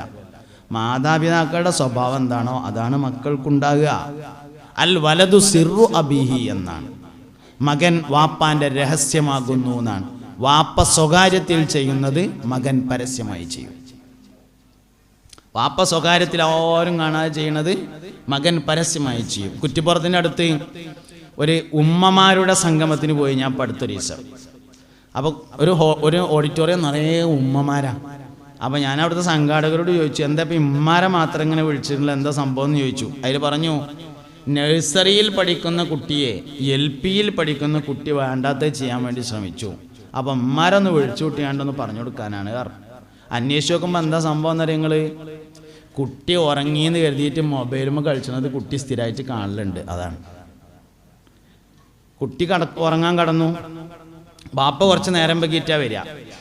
വാപ്പ കുറച്ച് നേരം വൈകിയിട്ട് ഇങ്ങനെ വന്നിട്ട് ചോദിക്കും, നമ്മളെ കുഞ്ഞുട്ടി ഉറങ്ങിയോ എന്ന് ചോദിക്കും. അപ്പം അമ്മ പറഞ്ഞു ആ ഉറങ്ങിയെന്ന് പറയും. അങ്ങനെ അമ്മ ഉറങ്ങിയെന്ന് പറഞ്ഞാൽ ഉറങ്ങിയിട്ടില്ലെങ്കിലും ഉറങ്ങിയ മാതിരി കിടക്കും. അത് കുട്ടികളുടെ ഒരു മനഃശാസ്ത്രമാണ്. പണ്ടിങ്ങനെ കുറേ ആൾക്കാർ ഒന്നിച്ച് മരിച്ചു തരേ ഒരു നാട്ടിൽ എന്തോ ഒരു അപകടം ഉണ്ടായിട്ട്. അപ്പം ഇങ്ങനെ ഡോക്ടർ വന്നു നോക്കിയിട്ട് പറഞ്ഞു, ഇവിടുന്ന് അങ്ങോട്ടുള്ള ആൾക്കാർ മൊത്തം മരിച്ചിട്ടുണ്ട് പറഞ്ഞു. അപ്പോൾ ജീവൻ മുഴുവൻ പോകാത്ത ഒരാളുണ്ടായിരുന്നു. അയാളിങ്ങനെ തല പൊന്തിച്ചിട്ട്, കഥയിക്കാരട്ടോ അതൊന്നും ഉള്ളതായിക്കോളണമെന്നില്ല, അയാളിങ്ങനെ തല പൊന്തിച്ചിട്ട് പറഞ്ഞു തരാം, ഇല്ല ഞാൻ മരിച്ചിട്ടില്ല എന്ന് പറഞ്ഞപ്പോൾ MBBS ഡോക്ടർ മരിച്ചു എന്ന് പറഞ്ഞാൽ പിന്നെ തല പൊന്തിക്ക് കടക്കട അവിടെ എന്ന് പറഞ്ഞു എന്നാണ്. എന്ന മാതിരി ഇമ്മ ഉറങ്ങി എന്ന് പറഞ്ഞാൽ പിന്നെ കുട്ടി ഉറങ്ങിയ മാതിരി ഇങ്ങനെ കിടക്കും. സംഗതി ഉറങ്ങിയിട്ടുണ്ടാവില്ല. ഏറ്റവും ചുരുങ്ങിയത് ശ്വാസം വിടണതിൻ്റെ ഒച്ചയിലും കേൾക്കൂലേ, അതന്നെ പ്രശ്നം. നിങ്ങൾക്ക് മനസ്സിലായില്ലെങ്കിൽ ഒട്ടും മനസ്സിലാകൂല്ല കേട്ടോ. അല്ല ഇനി ഇങ്ങനെ പറഞ്ഞിട്ട് മനസ്സിലായിട്ടില്ലെങ്കിൽ നിങ്ങൾക്ക് മനസ്സിലാവില്ല എന്താ പ്രശ്നം എന്ന്. ഇതാണ് പ്രശ്നം. അതുകൊണ്ട് മാതാപിതാക്കൾ എന്ത് പറയുന്നു എന്നതിനേക്കാൾ അവർ എന്ത് ചെയ്യുന്നു എന്ന് കുട്ടികൾ നോട്ട് ചെയ്യുന്നുണ്ട്. ഉമ്മാൻ്റെ ഇരുന്നും വാപ്പാൻ്റെ ഇരുന്നും അല്ലാതെ ഒരു കാര്യം പഠിക്കാനില്ല. അതുകൊണ്ട് മാതാപിതാക്കൾ അൽ ഉമ്മുഹിയ അൽ മദ്രസത്തുൽ ഊല എന്നാണ്. ഉമ്മയാകുന്നു ഒന്നാമത്തെ മദ്രസ. വാപ്പാൻ്റെ സ്വകാര്യത്തെയാണ് മകൻ പരസ്യമാക്കുന്നത്. ഉമ്മയാകുന്നു ഒന്നാമത്തെ മദ്രസ. അതുകൊണ്ട് വരും നാളത്തെ തലമുറയ്ക്ക് വേണ്ടി നമുക്ക് മാറ്റിവെക്കാനുള്ള കാര്യങ്ങൾ നമ്മുടെ മക്കളെയാണ്. അതുകൊണ്ട് അവരെ നമ്മൾ നന്നായിട്ട് വളർത്തണം, നല്ലോണം ശ്രദ്ധിക്കണം, അവർക്ക് വേണ്ടി മനസ്സറിഞ്ഞ് ദ്വാരക്കണം. ഇമ്മാൻ്റെയും ബാപ്പാൻ്റെയും ദ്വാൻ്റെ അത്രേ മക്കൾക്ക് ഉപകാരം ചെയ്യുന്നൊരു ദ്വാ വേറെ ഇല്ല. മാതാപിതാക്കൾ മനസ്സറിഞ്ഞ് ദ്വാരുന്നാൽ മക്കൾക്കത് വലിയ ഗുണമാണ്. ബഹുമാനപ്പെട്ട മുഹമ്മദ് ബിൻ ഇസ്മായിൽ അൽ ബുഖാരി റളിയല്ലാഹു അൻഹു മഹാനവർക്ക് ലഭിച്ചത് തൻ്റെ ഉമ്മയുടെ ദുആയായിരുന്നു എന്നാണ്. മൂപ്പരെ വാപ്പ ചെറുപ്പത്തിൽ മരിച്ചിട്ടുണ്ട്, ഉമ്മ ദ്വാരുന്നു. ഉമ്മാൻ്റെ ദുആ കാരണം കിട്ടിയത് 10 ലക്ഷം ഹദീസുകൾ, 10 ലക്ഷമല്ല ലക്ഷക്കണക്കിന് ഹദീസുകൾ കാണാൻ പഠിച്ചു. 4000 ഉസ്താദുമാരിൽ നിന്ന് ഇമാം ബുഖാരി റളിയല്ലാഹു അൻഹു ഇൽമു പഠിച്ചിട്ടുണ്ട് എന്നാണ്. 4000 ഉസ്താദുമാർ. ഞമ്മക്ക് മര്യാദക്ക് 4 ഉസ്താദുമാരുണ്ടോ എന്നിട്ടല്ലേ നമ്മൾ തമ്മ് തെറ്റിയാൽ 2 ചോദ്യം ചോദിക്കുക. ഒന്ന് ബുഖാരിയിലുണ്ടോ എന്നാ ചോദിക്കുക. ആൾക്കാർ തമ്മ് തെറ്റിയാൽ ചോദിക്കണ പ്രധാനപ്പെട്ട 2 ചോദ്യങ്ങളാണ്. ഒന്ന് ബുഖാരിയിലുണ്ടോ എന്നാണ് അതിലത്തെ ഒരു ചോദ്യം. ഈ ബുഖാരി എന്തുകൊണ്ടാണ് നമ്മൾ തമ്മ് തെറ്റുമ്പോൾ ബുഖാരിയിലുണ്ടോ എന്ന് ചോദിക്കാൻ കാരണം ഇമാം ബുഖാരി അത്രയും പ്രാധാന്യമറിയിക്കുന്ന ഒരു മനുഷ്യനാണ് എന്നുള്ളതാണ് ആ ചോദിക്കണതിൻ്റെ കാരണം. അതുകൊണ്ട് ഇമാം ബുഖാരി റളിയല്ലാഹു അൻഹു 4000 ഉസ്താദുമാരുണ്ടായിരുന്നു. ഉമ്മാൻ്റെ ദുആയാണ് അതിൻ്റെ പിന്നിലെ രഹസ്യം. സഹീഹുൽ ബുഖാരിയുടെ രചന പൂർത്തിയാക്കിയതിന് ശേഷം മഹാനവറുകൾ അതിൻ്റെ പ്രകാശനത്തിന് വേണ്ടി മദീനയിലേക്ക് പോയി. മുത്തുനബി സല്ലല്ലാഹു അലൈഹി വസല്ലമ തങ്ങൾ ഉറക്കത്തിൽ വന്നിട്ട് ഇന്നണ്ട് വിളിക്കുമ്പോൾ ബുഖാരി ഏറ്റ് റൗദ ഷരീഫിൽ കയറി ചെല്ലണം. അതാണ് പ്രകാശനമായി തീരുമാനിച്ചത്. അങ്ങനെ ഇമാം ബുഖാരി റളിയല്ലാഹു അൻഹു മദീനയിൽ ചെന്ന് റൗദയുടെ പുറത്തൊരു സ്ഥലത്ത് നിന്നു. പക്ഷേ നബി തങ്ങൾ വിളിച്ചില്ല സല്ലല്ലാഹു അലൈഹി വസല്ലം. ദിവസങ്ങളോളം നിന്നു. അവസാനം വിളിച്ചിട്ടേ പോകുള്ളൂ എന്നുള്ള വാശിയായി മുസ്തഫ നബി സല്ലല്ലാഹു അലൈഹി വസല്ലം ഒരു ദിവസം ഉറക്കത്തിൽ വന്നിട്ട് പറഞ്ഞു, എന്നാൽ നിങ്ങൾ പോന്നാളിയായിരുന്നു. അപ്പോൾ സഹീഹുൽ ബുഖാരി ഇങ്ങനെ നെഞ്ചോട് ചേർത്ത് പിടിച്ചിട്ട് മഹാനവറുകൾ റൗദ ഷരീഫിലേക്കാണ് കയറിയതായിരുന്നു ബുഖാരിയുടെ പ്രകാശനം എന്ന് പറഞ്ഞത്. ഇമാം ബുഖാരി റളിയല്ലാഹു അൻഹു അന്ന് നിന്ന സ്ഥലത്ത് സൗദി ഗവൺമെൻറ് പിൽക്കാലത്ത് ഒരു പള്ളി ഉണ്ടാക്കി. മസ്ജിദുൽ ബുഖാരി എന്ന പേരിൽ ആ പള്ളി അറിയപ്പെടുന്നു. എന്താ വിഷയം? ഉമ്മാൻ്റെ ദുആയാണ് അതിൻ്റെ പിന്നിൽ രഹസ്യം. അതുകൊണ്ട് ഉമ്മാര് ബാപ്പാര് നല്ലോണം മനസ്സറിഞ്ഞ് മക്കൾക്ക് വേണ്ടി ദുആ ചെയ്യുക. അടുത്ത തലമുറകൾക്ക് വേണ്ടി നമ്മൾ കാര്യമായി സൂക്ഷിച്ചു വെക്കുക. വളർന്നു വരുന്ന മക്കളെ അദബും ബഹുമാനവും മര്യാദയും നല്ല നല്ല ശീലങ്ങളും നമ്മൾ പഠിപ്പിക്കുക. ഓല് നല്ലവരാണ്, ഓല് മോശമൊന്നുമല്ല. കുട്ടികളൊക്കെ മോശമാണ്, ചെറുപ്പക്കാരൊക്കെ മോശമാണെന്ന് നമുക്ക് വെറുതെ തോന്നുക. റമദാൻ മാസമായാൽ അങ്ങാടിയിലെ പള്ളിയിൽ ഹൗലുക്ക് വെള്ളം അടിച്ചാലും തികയാത്തത് വയസ്സന്മാർ നിൽക്കരിച്ചിട്ടൊന്നുമല്ല, കുട്ടികൾ നിൽക്കരിച്ചിട്ട് തന്നെയാണ്. അതുകൊണ്ട് ഓല് മോശക്കാരല്ല, അവർ നല്ലവരാണ്. അവരെ ഉൾക്കൊള്ളാനും വിഷയങ്ങളിലേക്കൊക്കെ കൂടുതൽ അടുപ്പിക്കാനും അങ്ങനെ വലുതാക്കി കൊണ്ടുവരാനും എല്ലാ നന്മകളിലും അവരെ പങ്കു ചേർക്കാനും നമുക്ക് കഴിയുകയാണ് വേണ്ടത്. അല്ലാഹു റബ്ബുൽ ഇസ്സത്ത് അങ്ങനെ മുത്തഖീങ്ങളിൽ സ്വാലിഹീങ്ങളിൽ നമ്മളെയും നമ്മുടെ മക്കൾ, ബന്ധുക്കൾ, വേണ്ടപ്പെട്ടവർ എല്ലാവരെയും ഉൾപ്പെടുത്തട്ടെ. ബക്കറ്റ് കൊണ്ടുവരുന്നുണ്ട്, വേഗം കൊടുന്നോളി. വയത് കയ്യിൽ നിങ്ങൾ അറിയില്ല, വേഗം പിരിച്ചോളി. എല്ലാവരും കായെടുത്ത് കൈ പിടിക്കും, പൈസ എടുത്ത് കൈ പിടിക്കി കൊടുക്കണം. ദ്വാരക്കാണ്ടി അമ്മക്ക് പിരിച്ചോളി. കായ് എല്ലാവരും എടുത്ത് കൈ പിടിക്കി, എന്നിട്ട് ചെല്ലിക്കോളി.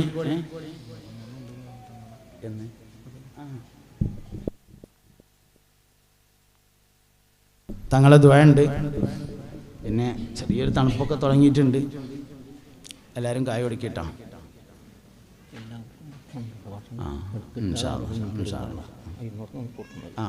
ഇരുന്നൂറ് ഭക്ഷണ വിതരണം ഉണ്ട്. തങ്ങളെ ദുആ കഴിഞ്ഞതിന് ശേഷം അതൊക്കെ കഴിഞ്ഞിട്ട് എല്ലാവരും പോകാവൂ എന്നറിയിക്കുന്നു. എല്ലാവരും കാര്യമായിട്ട് ഇതിൻ്റെ ചെലവിലേക്ക്, ഏത് കാലത്ത് നമ്മൾ ഒരു പരിപാടി നടത്തുമ്പോൾ അതിൻ്റെ ചിലവൊക്കെയുള്ളത് അവിടെ നിന്ന് ഉണ്ടാക്കലൊരു പതിവാണല്ലോ. അതിന് മൈക്കപ്പിരിവ് എന്നാണ് പറയുക. സംഗതി മൈക്കക്കാരന് മാത്രമുള്ളതല്ല. സാലിം വൈസിയും പോകുമ്പോൾ എന്തെങ്കിലുമൊക്കെ ഒരു ചായക്കായി തരുമല്ലോ, അങ്ങനെയുള്ള അതിൻ്റെ ഒരു ക്രമം. അപ്പോൾ അതിനൊക്കെ അനുസരിച്ച് ഇട്ടാളി ആ ബക്കറ്റിൽ നിന്ന്. അതാണ് ഇപ്പോൾ ഈ പറഞ്ഞതിൻ്റെ ചുരുക്കം. മൈക്കൊക്കെ ഉള്ളതല്ലേ എന്ന് ചോദിച്ചാണ്ട് ചെറിയ പൈസ ഇട്ടാണ്ട് ഷിപ്പാക്കരുത്. കാര്യമായിട്ട് എന്തെങ്കിലുമൊക്കെ കൊടുത്താൽ വേറെ അവിടെ പിരിവൊന്നും കാണാനില്ല. ചിലപ്പോൾ എന്തെങ്കിലുമൊക്കെ മേടിച്ചിട്ടുണ്ടാവും. എന്നാലും കൂടിയിട്ട് എന്തായാലും കാര്യമായിട്ട് കൊടുക്കുക. അള്ളാഹു കബൂൽ ചെയ്യട്ടെ.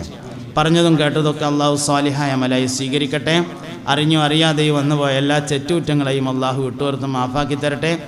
ഈ പരിപാടി സംഘടിപ്പിക്കുന്നതിന് വേണ്ടി അധ്വാനിച്ചിട്ടുള്ള ആളുകൾ, ശരീരം കൊണ്ടും മനസ്സുകൊണ്ടും സമ്പത്ത് കൊണ്ടും അധ്വാനിച്ചവർ, അള്ളാഹു അവർക്കൊക്കെ വലിയ കൂലി നൽകട്ടെ.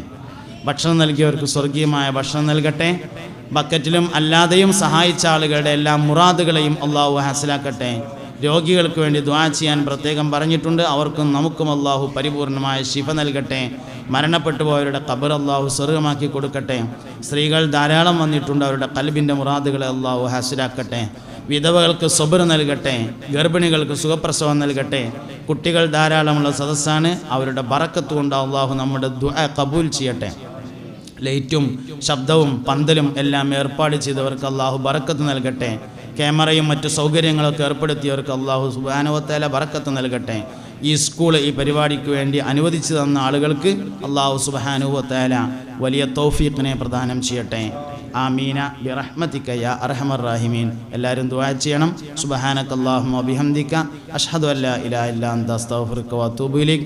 വസല്ലല്ലാഹു തആല വസല്ലമ അലാ ഖൈരി ഖൽഖിഹി സയ്യിദിനാ മുഹമ്മദിൻ വആലിഹി വസഹ്ബിഹി അജ്മഈൻ വൽഹംദുലില്ലാഹി റബ്ബിൽ ആലമീൻ. അസ്സലാമു അലൈക്കും വറഹ്മത്തുള്ളാഹി വബറകാതുഹു.